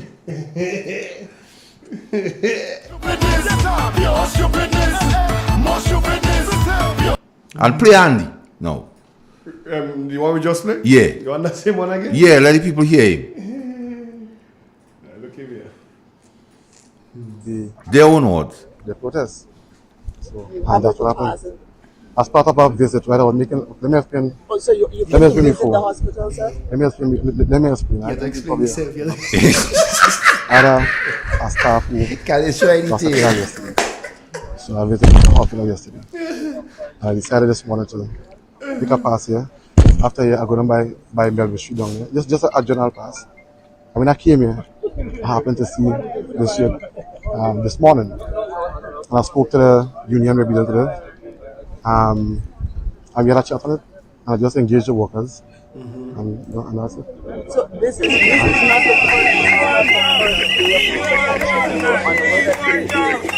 the my ministry he start to do mobilization, implementation, and transformation. Let me tell you something, Andy Williams. Right. Whenever you hold the rope or the reins, you are to ready to ride.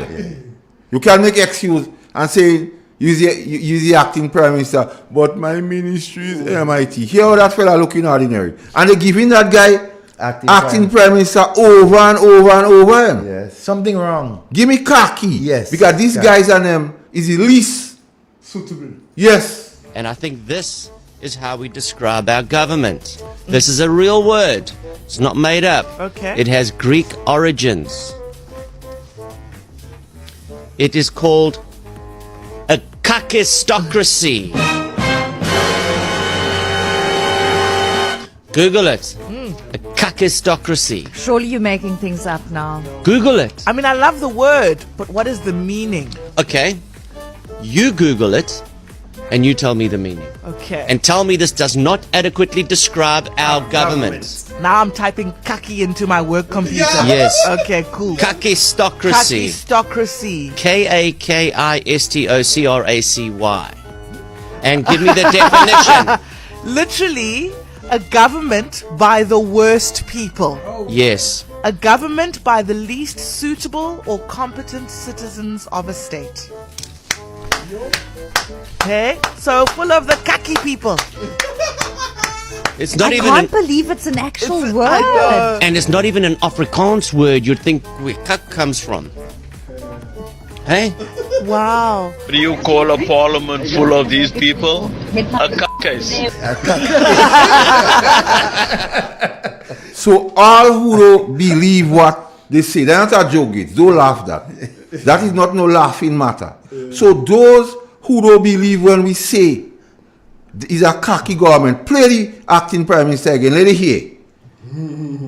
They're not my words. Let it hear him. So that happened to pass and I just saw. And it's not who could string sentence together. Listening. So and that's what happened. As part of our visit, right, I was making. Let me explain. Oh, so you Let me came to explain visit before. the hospital, sir? Let me explain. Let me explain. I had a staff who lost a child yesterday. So I visited the hospital yesterday. I decided this morning to pick a pass here. After here, I'm going to buy the shoe down here. Just a general pass. And when I came here, I happened to see this shirt this morning. And I spoke to the union representative today.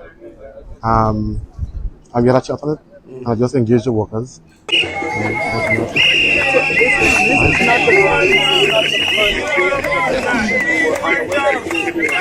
Well, you know, my ministry, the Ministry of Mobilization, Implementation, and Transformation. Yeah, she catch him. And he tried to dog boy, get hit on the helmet. Platax! She bowled him with speed. With speed, she beat him there. The time he set up, he rushed him. And that the man we have as the acting prime minister. Yes. Watch. When I hear that thing, Igwe, all them little children and them around me and young people, I say, watch. Give all your heart to the Lord, you know, because the place coming to an end, you know. If the acting prime minister playing dummy, don't know. And lying. And here, after he realize, well, you don't making much sense. Well, you know my ministry is MIT. You the acting prime minister. Stop it. Everything falls under you. But we know you're not suitable. Yeah. Because we know check bouncing, we know you admit in a church or for your character. We know. But what is this? What is our current prime minister doing this garbage for? Understanding that this leadership by avoidance. Oh my God! What do you think he called? Good afternoon. Hello.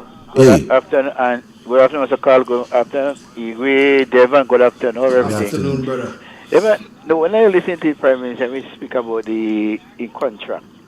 Well, I want to take the prime minister back during the COVID period. A lot of people were on contract, and if the government wanted to also put people on contract, send them home. That was the time they could have sent them home. The government at the time did not send them, anyone.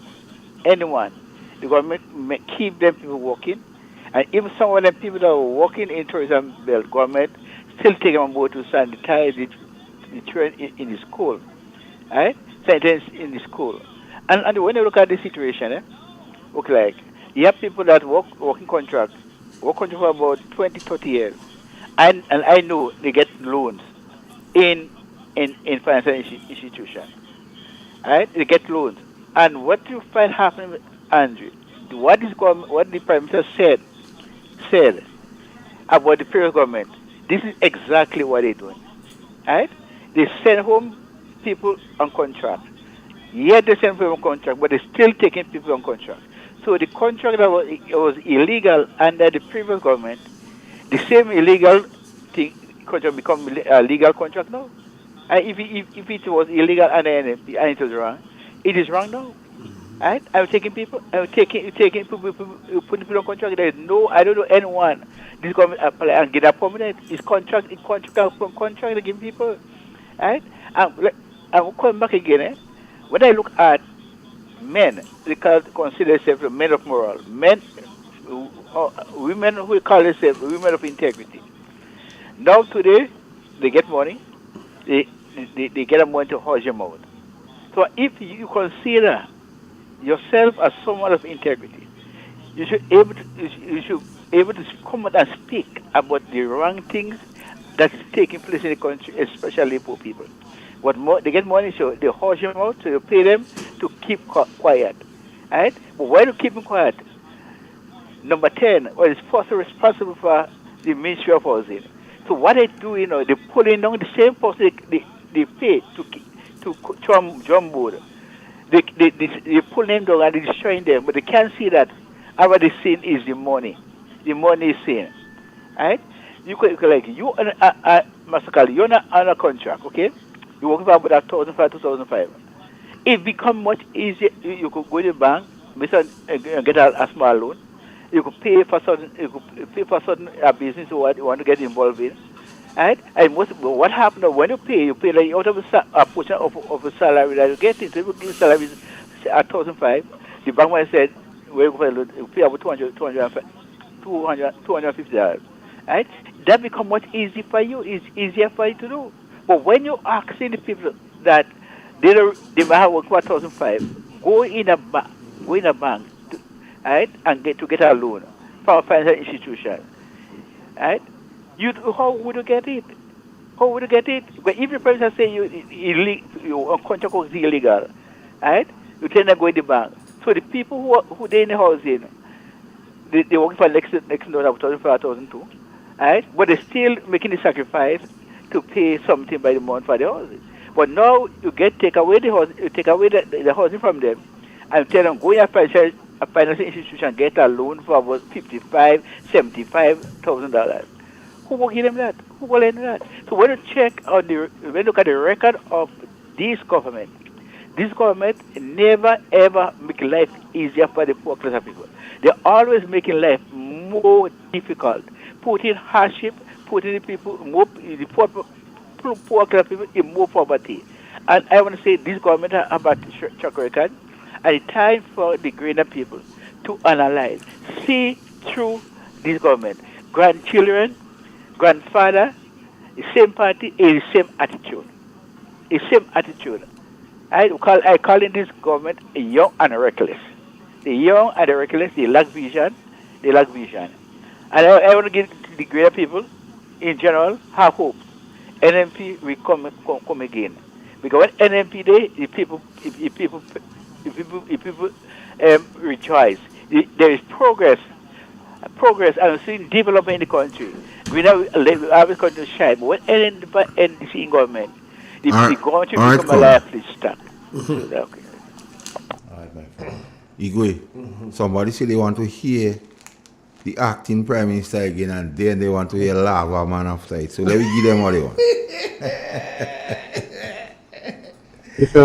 If you notice, I just said that I happened to pass and I just saw the protest.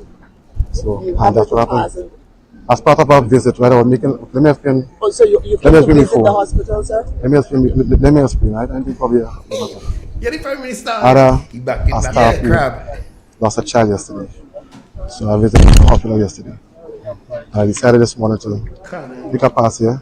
After here, I go down by Melville Street down here. Just a general pass. And when I came here, I happened to see this ship this morning. And I spoke to the union representative. And we had a chat on it. And I just engaged the workers. And that's it.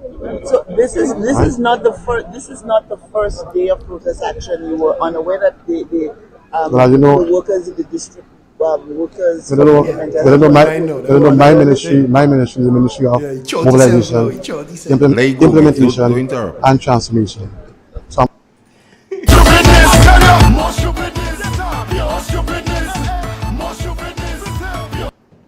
Igwe, a school child tell me to ask you. You know about the phone in the health center in St. Patrick's not working for about a month now? Yeah, they say that. Ooh, so if you have emergency and you have to call the place now? Well, tell Dennis Matthew Cornwall to speak to his personal assistant, Miss Sally, man, check it out. Do all the work, I don't get paid. Work! You have some other things for me now, get. Yeah, you want them? Yeah. Which one you want to start with? Just give me as in the order. I'll give the You wash them in one water? The Prime Minister again. Help to ease the burden of youth unemployment. And MNIB should be the catalyst to do this. Yep. MNIB was put there to so that we can find market so that we can export. Right now, MNIB is not exporting anything. Exactly. No, they're into supermarkets and they're into food, competing with people within the economy. So we have to address this if we really want to go forward. Absolutely. Yes, agree.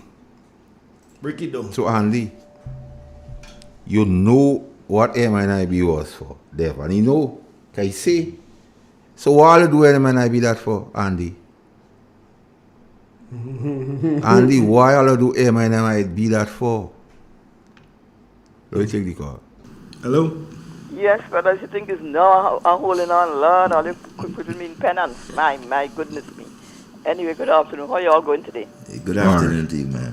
Right, and I see Devon, you get your wish, man.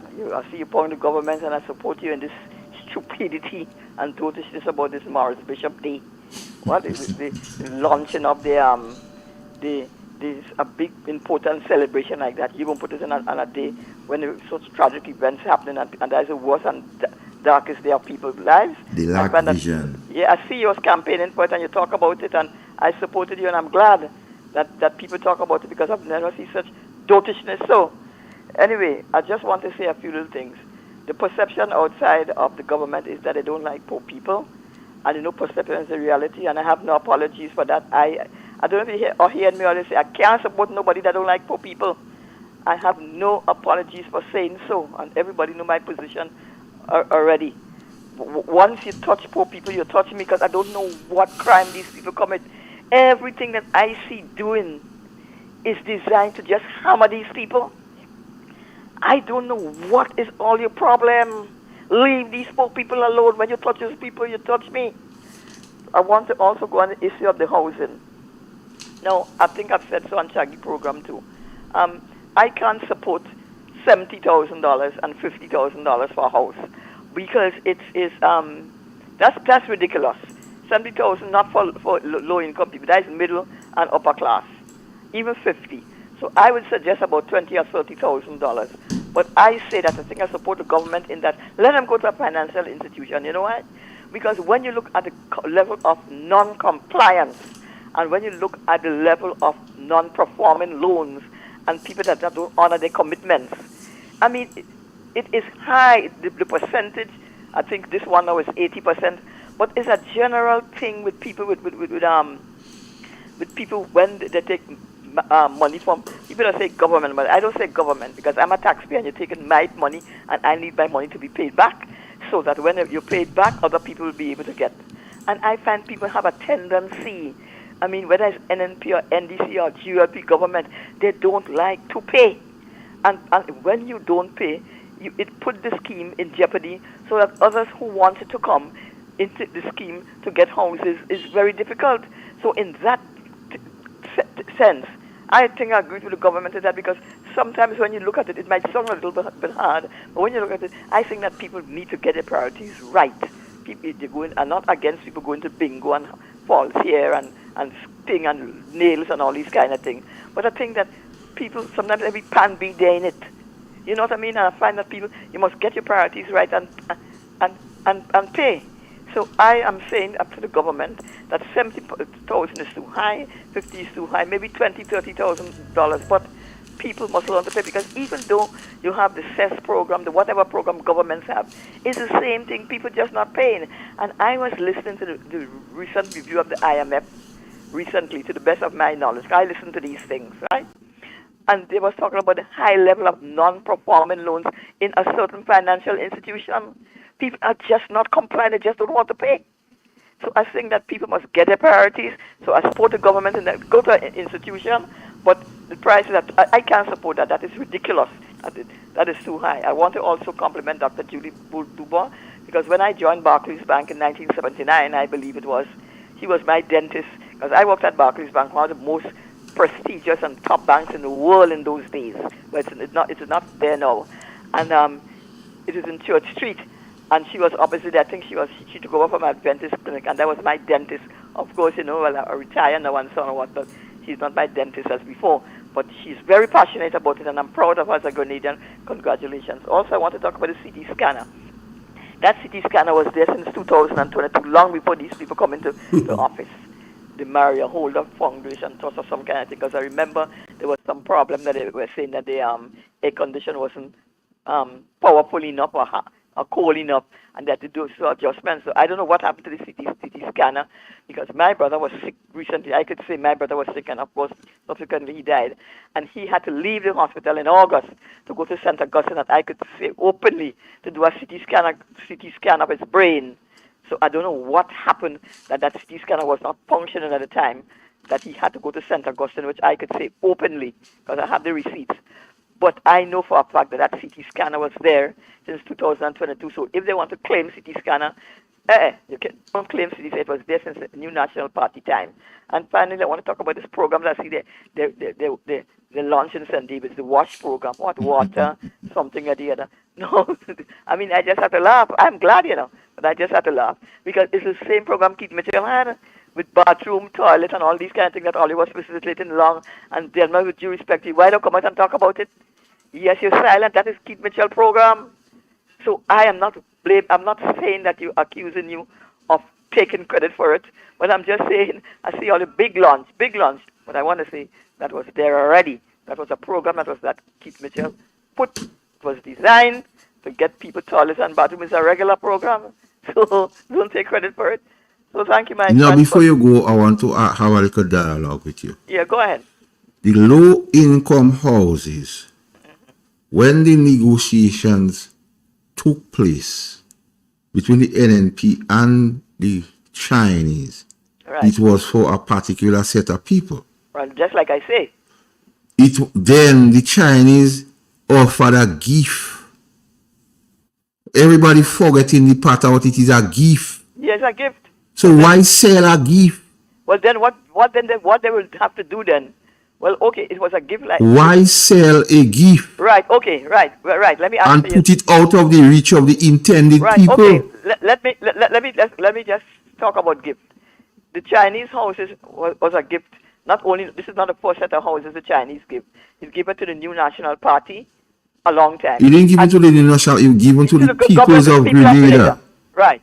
And the government have been charging people, just like you heard the correspondent was talking about it, right? She talked about the different lower income and so.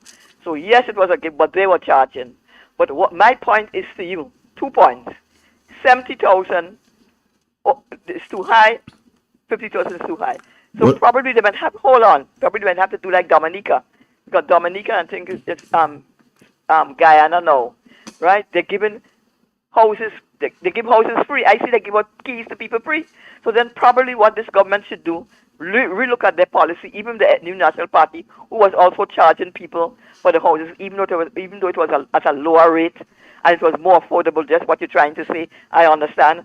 So I'm not trying to say, that is the deal. Right, that is the deal. Then you have something you call rent to own. Right. Why couldn't they put the people on a rent to own, attach a value, and rent is a drawdown on it, and when they come to the total, give them. Right. Why put them through a financial institution what have requirements outside of? Well, you have to have, and you know that you have to have insurance and all these sorts of things. Why put the people who it was intended for? Because you know, the whole discussion was the set of people what was intended to get the house. They know they don't have what it takes to go there. Well, then, so why put them there? Well, then you know what you'll have to do then? Whether it's NNP or NDC, whether it's Chinese or Venezuelans or whoever gives, then forget about this thing and just give people as gift, and all this thing will be gotten rid of.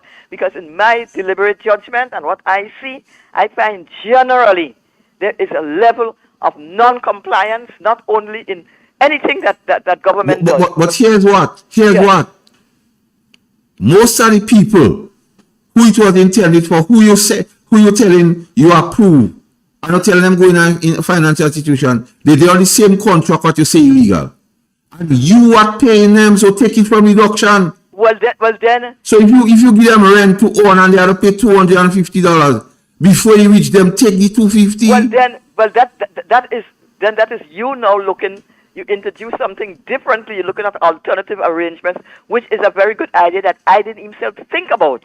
So probably you can, or we, or whoever can suggest to these workers, if they are government workers, so do that because hold on, listen to me. You have IMANIs, you have wardens, you have caregivers what get those letters. Right. But the requirements of the financial institution, they cannot reach it. So why those people, why not put them on a rent to own, and because you paying them, do a deduction so they don't have to be delinquent? Right, okay, so that is why I'm saying to you, you know, seeing it in a different light and you turn it differently, to which is a very good idea that the authorities, if they're listening, they could do that, and as such, you will be guaranteed that they'll have to pay back. So I think that is a very good suggestion, and I hope they're listening so that they will get. All right, so thank you. But I think about delinquency is definitely too high, and the government have to do something about that because people just don't want to pay, all right, generally. Okay. All right. So we play a clip with the acting prime minister. Listen how them fellas and them making anything like Bude Mene, and Bude Mene is like you go in like a soccer tonight and we talk kind of food and tomorrow you puff. Yeah. So like Bude Mene. He don't know about his team, and he don't know about the protest. But he know police painting home today to go and see him. What is the priority? To look good. Convenient. Igwe, you have something, or just let them go, Igwe.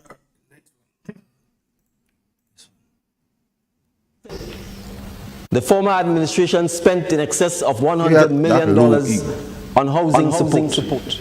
Yet, despite these millions, there is nothing substantive to show for the significant sum spent.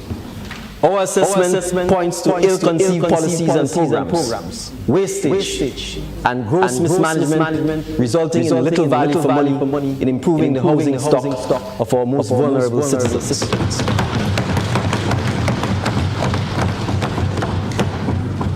As a result, Mr. Speaker, the housing deficit is vast, and many families remain in urgent need of support. Our commitment to affordable housing. Our commitment in this term, Mr. Speaker, is to deliver 500 high-quality, climate-resilient, Grenadian-style houses.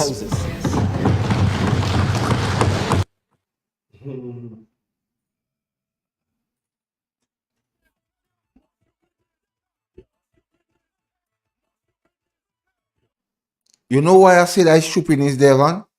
Because he know him. He know. And he blaming the past administration, but watch what he command.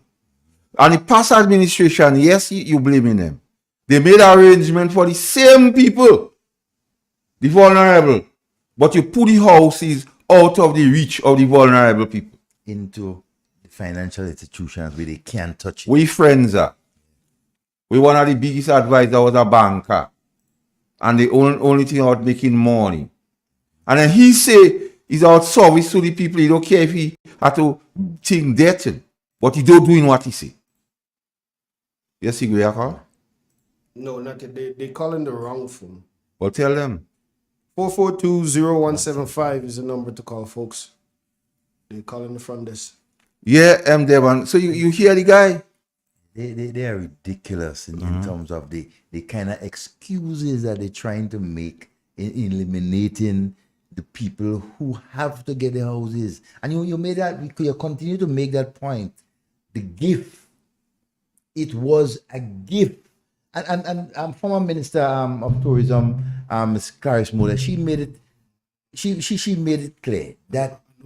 it's a gift that was given to persons. But yes, the government will have to take care of things like maintenance and everything like that on these complex. So basically a fee would have been charged by those persons to help maintain, right, and to take care of these low-income houses.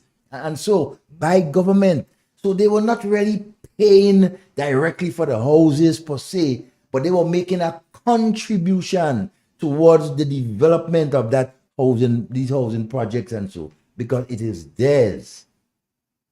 You understand? It was given to them by the government of China, right, as a gift. And we keep forgetting that. A gift. But what this government is doing, they're selling the gift to the people who it was intending to, knowing fully well that they would not qualify because of the stringent conditions that these financial institutions have. And they come in on press conference and telling people, oh, they had discussion with the financial institutions and they're on board and everything. Wait till the individual persons face the loan officer and you will see what will happen. I have a question to ask you. Who are the people on the selecting committee now? That's a mystery. Do they understand what the agreement or what led to the houses reaching here? Well, either they do, because they must know why the houses were given, the condition which it was given, and to whom it was intended, but they go on a different vibes. They know. So I want to know who is these people. They know, and they're only plain stupid and dummy don't know. They understand, you see, because this government sits down, plans to deceive the people, bring them on a high jolly ride and then just drop them out of a plane just so in dead air till they fall in prep. And so, I mean, come on, you continue treating people like that, setting them up, bringing them up high and drop them down, because this is what you're doing to the most vulnerable of our people. Taking away a gift. Well, that's why, I mean, Santa Claus is a myth in truth. Good afternoon and welcome. Good afternoon. There was an incident or situation in Pakistan where Imran Khan got a gift for the government and he sold it and they had to take him to court for it. And that happens here with this gift that the Chinese gave to the government. Somebody might have to do that. Yeah. Someone or a group of persons can come together. Like, for example, those persons who it was intended for. Those affected persons. Yes, come together, get an attorney, and fight. Do a class action suit because similar circumstances. Exactly. It can be done because remember, they removed Imran Khan from government for that. Exactly. And also, I mean, you know, that could go for the people in Caribou, what they have done. Yeah. And then what they're doing here now. I think somebody should really speak to these people. There must be someone who they can speak to, rally with them, and take action. But this thing, nonsense that this government is doing, have to stop. Somebody must put a stop somewhere. Yeah. You have to. You get what's the number again? 442-0175. 0175. All right. You want family again, Igor? Yeah, man. Two more fighting. Mr. Speaker, the MIT ministry was able to successfully complete negotiations with the affected residents of Molineux to accelerate the commencement of the critical Molineux landslip rehabilitation project. That table? So the field beating table is Had there been no MIT, God knows where we would have been with the project. And where the project is at this point in time? You don't walk with me today. When you hear the talk that thing, you have to play more stupid things. Play it again. Play what he say. Speaker, the MIT ministry was able to successfully complete negotiations with the affected residents of Molineux to accelerate the commencement of the critical Molineux landslip rehabilitation project. Had there been no MIT, God knows where we would have been with the project.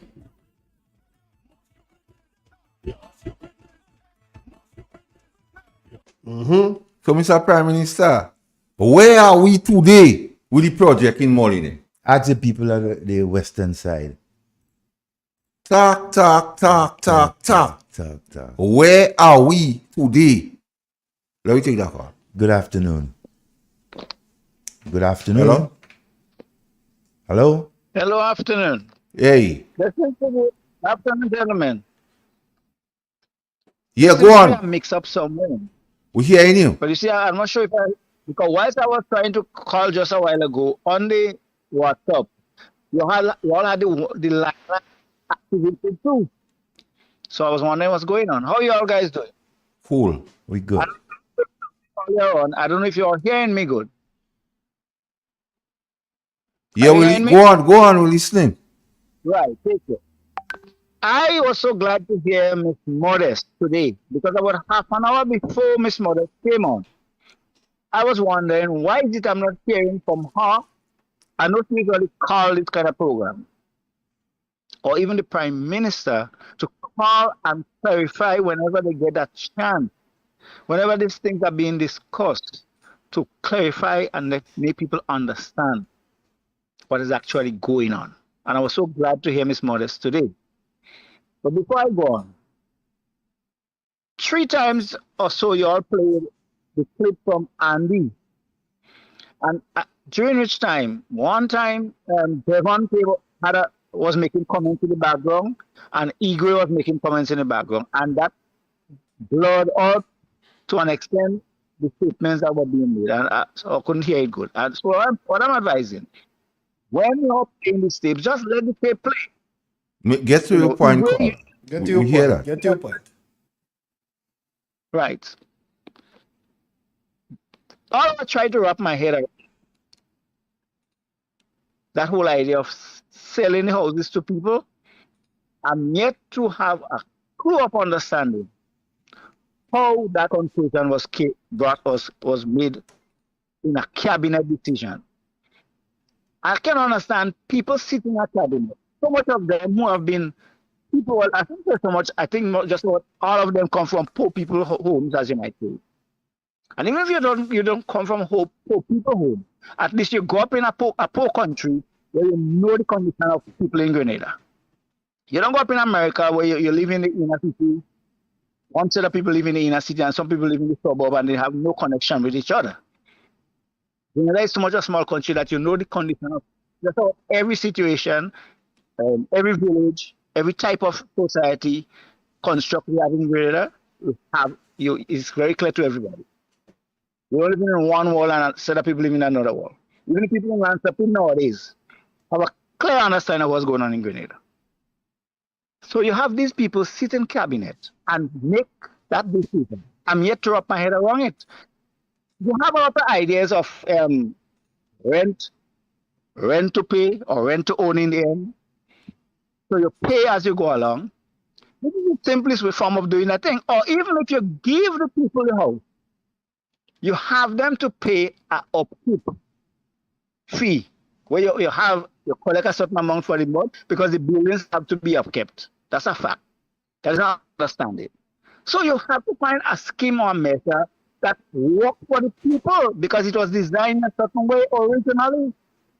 That is a 100% turnaround that is happening there now. Nobody was prepared for that. And like the Prime Minister said, when these funny decisions are being made, ask why they are being made. Up to now, the government has not given us an answer. And I'm here to wrap my head around how you come and sit and make a decision like that in a given situation. What the houses were meant to be for, what it was designed for, the program, the situation that the people have to face it. I'm here to understand what they understand about the whole thing. Take care, gentlemen. All right. And you know what is so interesting, Devon? The acting Prime Minister, Mr. Andy Williams, knows very well what pay to rent to own. Oh yes, he must know. He went through that with the parents, rent to own in what you call behind the breweries there? Yes. Frequenty. So he Andy advised the Minister of House, you know what, I grew up in this pay to own and we own the place now after paying the value. And then the housing minister too. Minister Telesol, he's an accountant, eh? So in his eyes, all he sees is just business and money, right? I mean, well, we know when it comes to business how he operates, right? Still have ongoing. Yeah, call. Good afternoon. Good afternoon. Yeah, Devon and Keaton and Eagle. Bless evening, my brother. Lying spirit, man. They have to ask God for forgiveness, you know. They must, because I never see a prime minister lying. So that man could lie. That man eating all the words that the statement that he made in the past during the election campaign. That man just lying, you know. I could never believe a human being could lie like that. All what the man said, all what that man said, nothing is correct. All his lies. First time I see a press. Time I see a wicked government. So the poor people you're doing that. You taking these houses from the poor people. Poor people you're doing this thing, you know. Not people that middle income people, you know. Poor people that can't even help themselves. You take the 150, you take the house. Man. That government has too much a lying spirit. We have to do something about this government. We have to it. And then peace supporters. Get ready, Stal. Make sure you're ready. You see, we could talk all the talk, and when the time comes, we're ready. It don't make any sense, and we have to get ready. Yes, NNP supporters, get up and get. Get up and get. We have to get rid of this government. This government lying too much. Get up and get. Get registered. Go into the community. Let us do what we have to do to get rid of this government. I'm sick of this man. Thank you very much, sir. Right. You see, one of the things that we do here is we give you factual information. Everything that they say back then and what they are doing now, we are proving to you that these guys are only lying, misguiding, misleading the population. Right? That is how they got into office. So don't be mad with us and call us stupid and say all sort of things when we are the ones that opening your eyes with the information.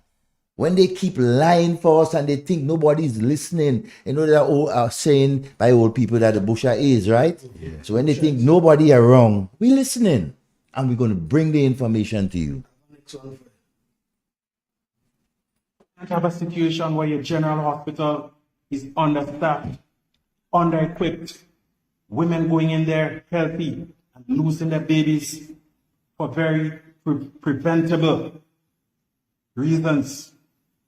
We have to do better than that in and for our country.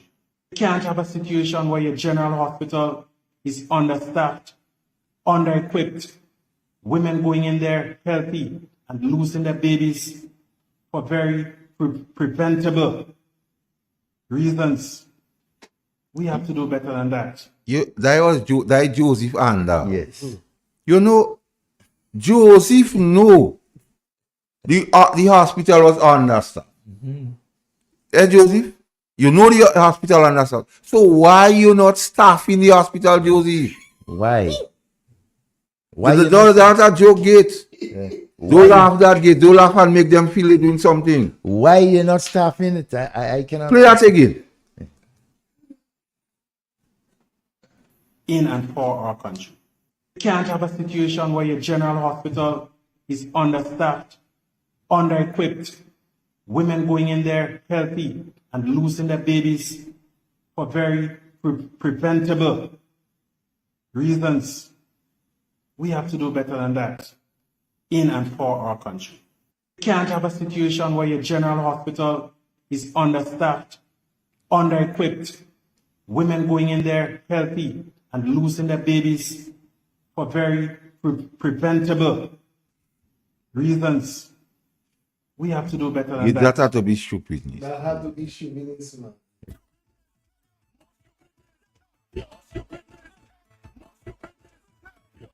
So, Mr. Andal, Joseph Andal, you knew that the hospital was understaffed because you say so.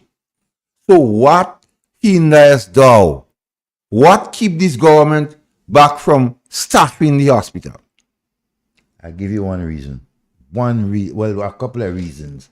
One, school children say that one of the reasons that they can't find money for the health is that in all the constituency offices, we understand that they give all the workers $30,000, you know, in the constituency office who works there, right? When you turn around and you give the ministers $2,000 extra on they pay every month, how you going to find money to staff the hospital and to buy medication? When you're giving ministers millions of dollars from the Grenada Development Bank, how did you find that? Joseph Andal, send your phone number for me because I want to send something for you. Only accidents and emergencies will be seen as we are currently seriously short-staffed. Thank you for your understanding. I want to send that for you, Joseph. That is a serious thing. Because Joseph, you know the place was short-staffed. Yeah. And they almost 2 years now, Joseph, and you do nothing about it. And I'm talking about I love people transformation. Transformation. Transgression to the people of this country. Translocation. Yeah. And Marybo Hospital is dear to my heart to know. It's in my parish. And so you guys better do something. You see one day by the speaker of the house, Leo, give me in. We have a call. Let's take well, line it up as the call going on. Good afternoon and welcome. Hey. Yes. What he hate, that what he like, you know. Yes. I don't understand, and I'm talking about what they do, you know. You don't talking about what the past, you know. You're talking about what they do, you know. You know what you know what's going on now? No medical. You don't have nothing in the hospital. How do you see the people and just stand up with a flag? Why is that? What is it? That what it like? I just don't understand. I tell you, it's time for the people to go. I'm singing that song. Time for them to go. Let me tell you something. Any prime minister had to come and take this country. They don't know how to start, you know. Because they now all, you know. I understand that. And the first thing they will come and tell you, they put the country in a mess, so we have to start from scratch. You know what went on. And then 5 years coming and we can't bring it how we have to be. So time for them to go. We can't let them let 3 years take them again. Let them walk out. Tell them and say we have to go, they have to go. Boom! Time. Later.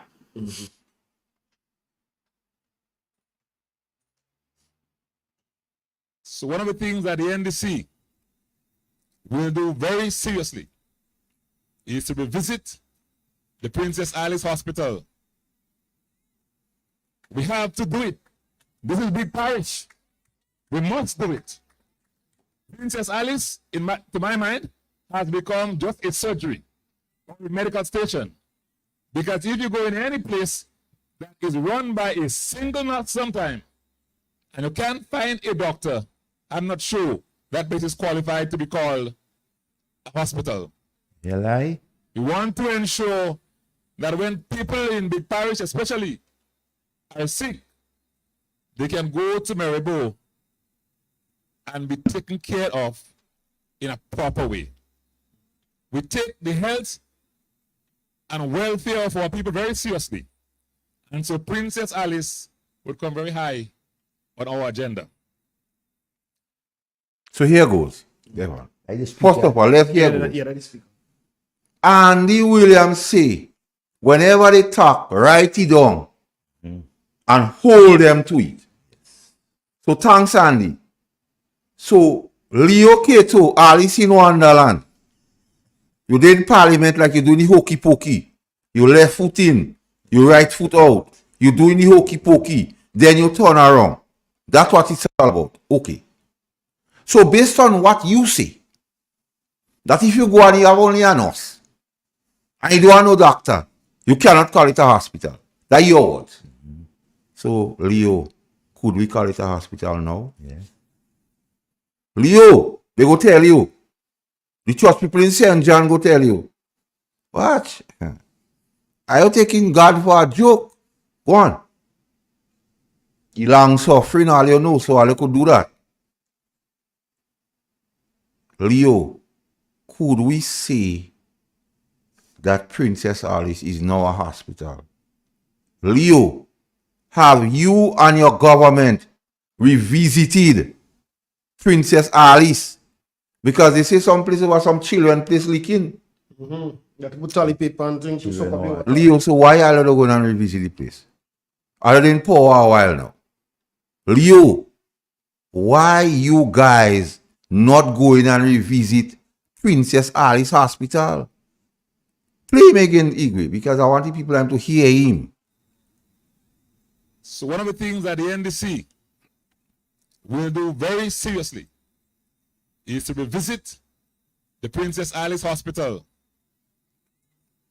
We have to do it. This is big parish. We must do it. Princess Alice, to my mind, has become just a surgery or a medical station.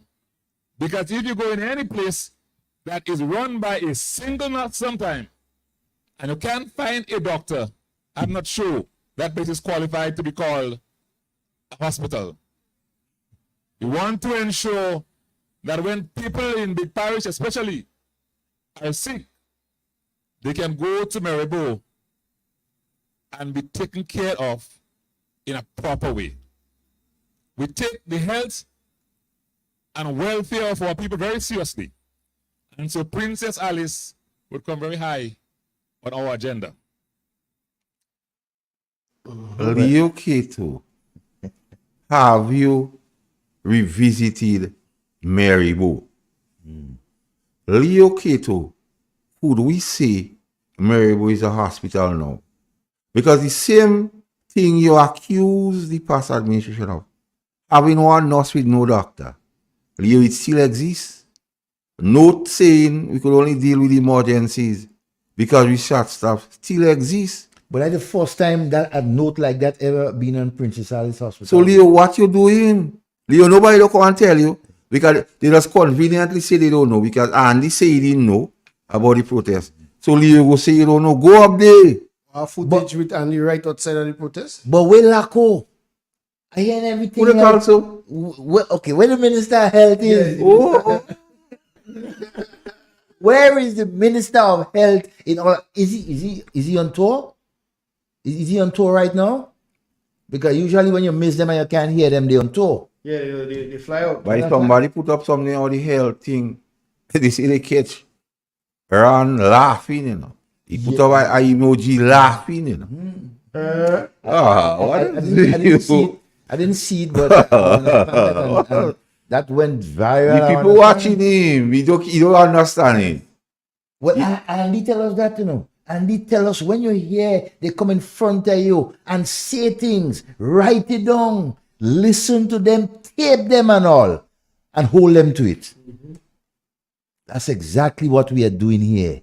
We are holding this government. But the same Andy he speak, you know, he tell us the guts and belly ego. Give me. Because he tell us what they go do. Because he say the one man drunk and like children, they can't lie. They got all. Right here. Some administration, they are afraid to take the tough decisions. Like taking the house from people. But we are not afraid. Taking the 150. That is why our Prime Minister said he's going to transform Market and Board. Give yourself 2,000. I understand the Lagoon Road. I understand the Lagoon Road was there to be worked on before, but they had no guts. They had no belly. I heard the Wall Street had to be, idea was being, was there for the Wall Street to be transformed, but they had no guts. They have no belly. You come and plant Listen, pumpkin. we have belly and we have guts, and we are going to take the tough decision, right? And we are going to do it early. And you know why early? Let me tell you why early, right? Because some people would not buy into it early. But if you give them chance for them to see it and for the thing to materialize, then we will get buy-in. So we want to say thank you. So I want to say thank you to Andy. You know, Andy, make a salient point there. You know, so. Apart from guts and belly, and do them all. But Pandy say do them before they do you. Yeah. But Andy say do them early. Andy telling us now all what happened on Wall Street. And Lagoon Road was not his original idea. You know? You see, they had that to do. They had that to do, and they didn't do it. They didn't have the guts and the belly. So, Andy, you telling the people, even the pumpkin you plant was not your original idea. Not the idea, I mean. And he speak the truth by. And that pumpkin die before he fly. And he say, he heard they had the lagoon to do. He heard they had Wall Street to do. So the idea was not yours, Andy. So all the talk they making the idea not yours, but you say, do them, Ollie. So here what you do, Ollie. And I jot down a little thing here, Devon, to see what Andy and because he said do them all. So I went back. So they go buy into it. They paid teachers when they could say it was illegal. They do it early. They take $2,000 in 3 months when they start to work and giving all kind of shenanigans our drivers when they know Parliament vote pays the drivers. They do that early.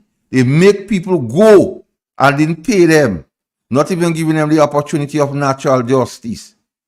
And they do that early.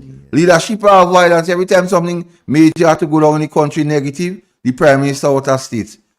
All you do it early. The 150 from the seed program and removing people. They do that early. Taking advantage on the workers in Karikou. All you do that early. All you give friends tax break. And you, Andy, and Lako and them get the money from GDP. All you do that early. All you mash up the RGPF. All you do that early.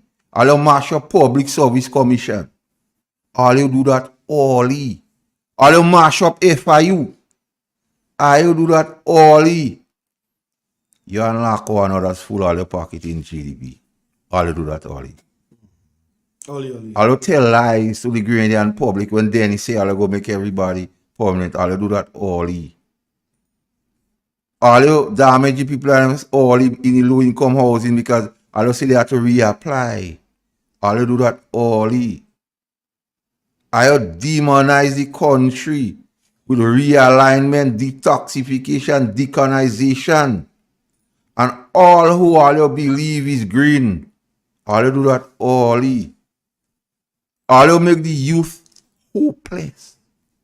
All you do that early. All you having fat at the expense of Grenada, putting all your hand, the Attorney General, like if I find going in tight pants, eating fish and rice on Friday, being on a biscuit.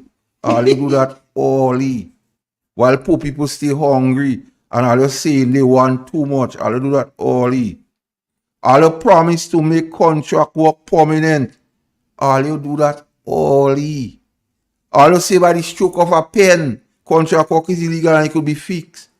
All you do that early. All you say the seed people should get in 650 way. They do that early. They talk about rent 2 planes and then they come back and say it can't happen. I do that early. I say I go chop seaweed. I do that early and the set of people and them all make go, all you create unemployment. Yes, Andy. You're right.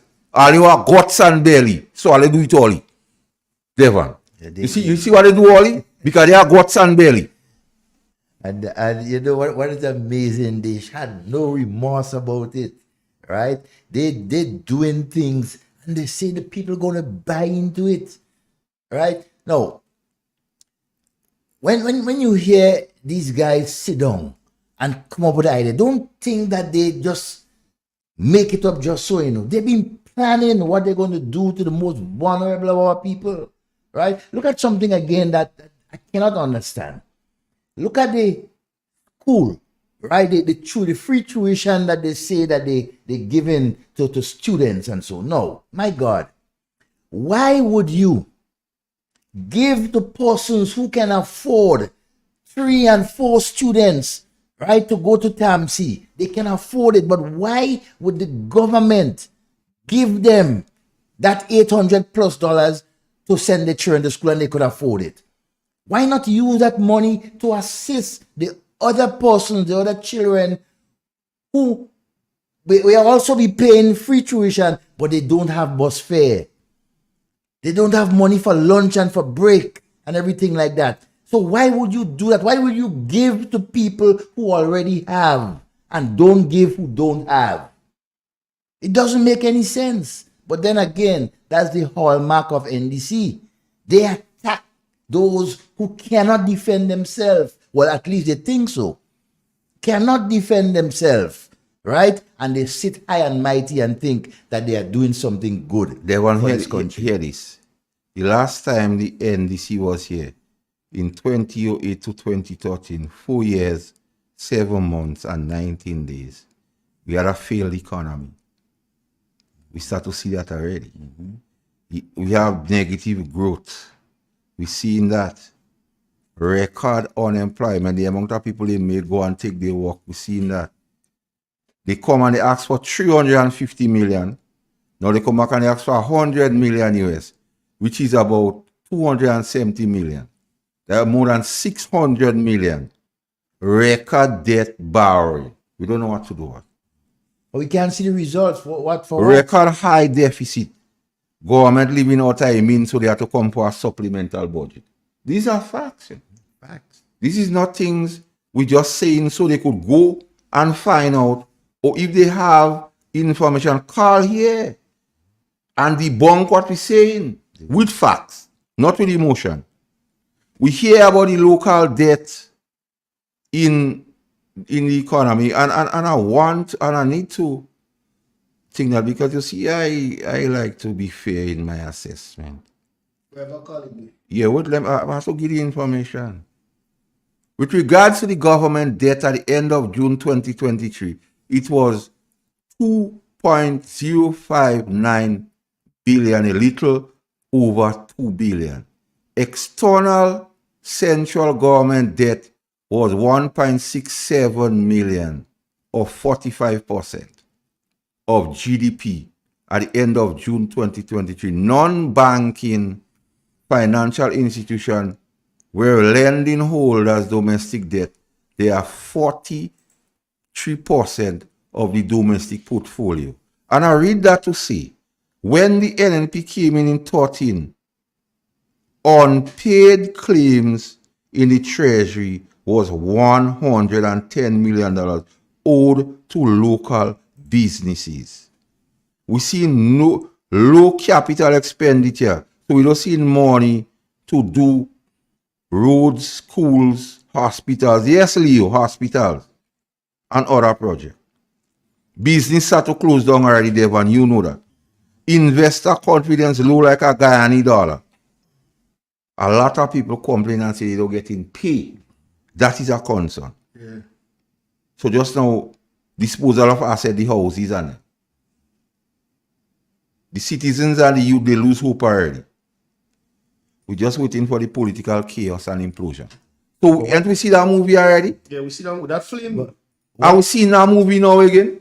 What is interesting, though, all this amount of money they have borrowed within the last year, I want the Grenadian people to pay attention and tell us, and if we lying, tell us we lying. No.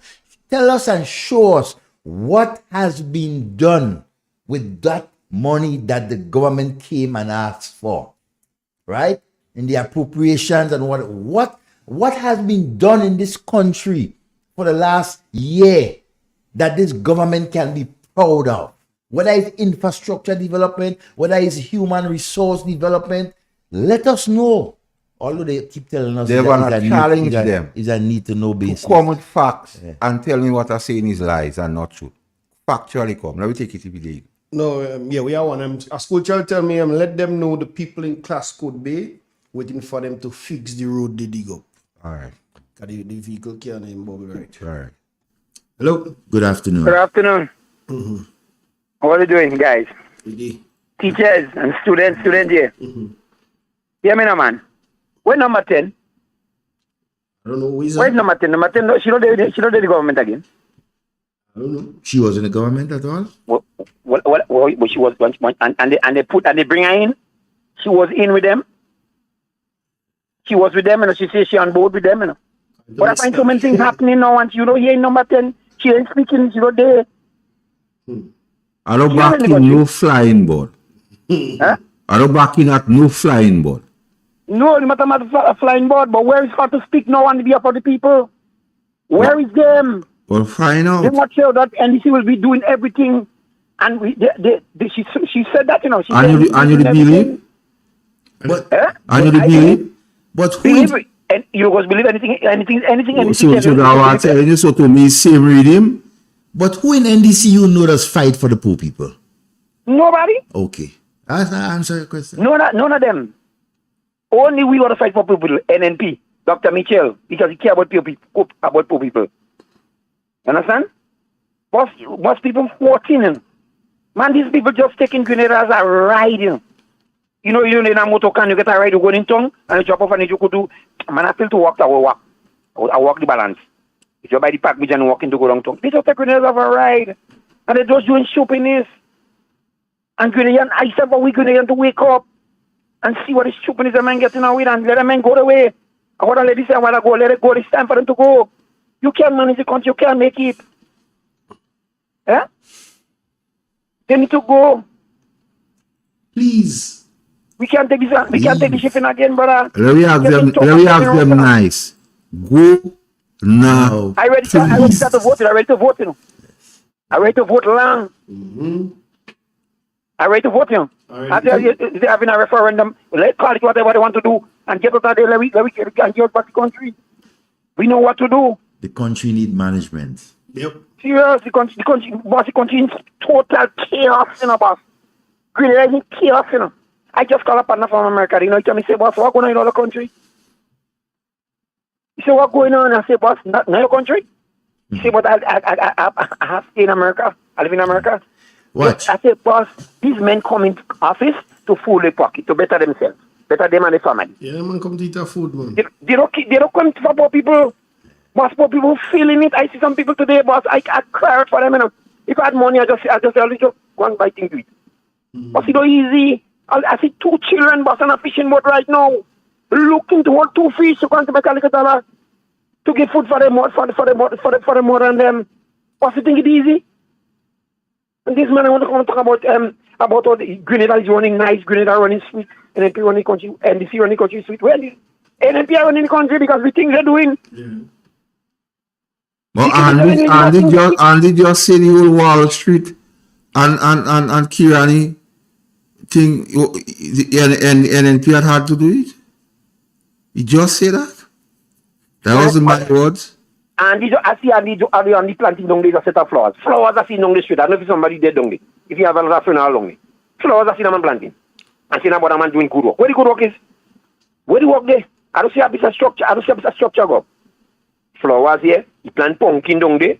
All right now, I think the man called on the pumpkin and then the man say he want the land. Look at that shopping is, brother. This will just okay.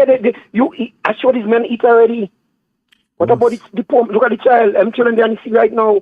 I buy $20. I spent $25 yesterday, boss, to help them just to get food to eat. To buy like a fish from them. Because they say, I'll give you $10. I say, no, look me for 10. I'll give you all the 25. Because I know things rough and it's tough. And it's difficult. If I have food there, I give them. But people don't know what's going on. And they just sit down, and, you know, and I say some people are running their mouth. And I say, well, you don't care about people, boss. Yes, I walk in as a special man. I walk in, brother. But what about that man that don't walk in? Does you care about the man that don't walk in? The family was walking and they don't walk in right now. Do you care about that? Children don't go to see a lot of children up there going to school, you know, brother. All right. Because more I can't afford, brother. But it hurts me, Jared. It hurts me. Okay, cool. It's bleeding me inside. If I could just go and push them, I can push them out and just keep me just care about poor people. Yeah. Have a good day, man. All right, take it. All right, my friend. That man real irate, man. I hear you crying. Passionate because we cannot see within the last year and 4 months what this government has done to improve, right, on the standard of living of our people. Everything just decreasing. People balling more. Prices going up. Everything growing like a cow tail. I mean, come on, guys, you have a heart. So tell them stop cow tailing anything there, man. Yeah, stop blocking the thing, man. Bury someone tell all of that, you know. Understand? Move out of the way. Give people a chance to govern. So you don't have to for me again, Git? No. You have a next call? You want to take it? Yeah, man. Let's give him 2 minutes. Good. Oh, we lost that call. Yes. We'll take one more call before we leave. Stop Let me see who's that call. Stop coattailing the thing. Understand? I cannot understand. And look, and let me tell some of y'all NDCI supporters, just listen, pay attention, and don't just jump and say we lie. Listen and analyze it for yourself and see who lying and who telling the truth. Let's see who's a dummy and who's a jackass. We have I take it. Hello? Good afternoon. What? Awesome. Call back. Yeah, it's amazing to see some grown men and women in governance, and that is how they treating the people of this country, right? History will not be kind on you guys. And right here on this program, I really want to go ahead. Let's take it. Good afternoon. You have just a few minutes. Thank you. The question I ask, is the country going up, out, or down? Is it going up, out, or down? Can you assist me, please? Thank you. Up, out, or down? Out and down, down and out. Or up and out? No, down and out. Down and out. The grand old Duke of York, he had 10,000 men. He marched them up to the top of the hill, and he marched them down again. And when they are up, they are up. And when they are down, they are down. And when they're only halfway up, they're neither up or down. Yes, Igwe. So, callers, all who participated in the program, what it was, we appreciate you that highly. Yes, and love you all. And have a blessed week. Blessed week. Take See you care again next Sunday. All right. Wicked, far too crooked. That is the frequent commentary here. One-sided, underhanded, can't be trusted. This is the opinion, yes, yeah. For their own abuses, they keep making excuses.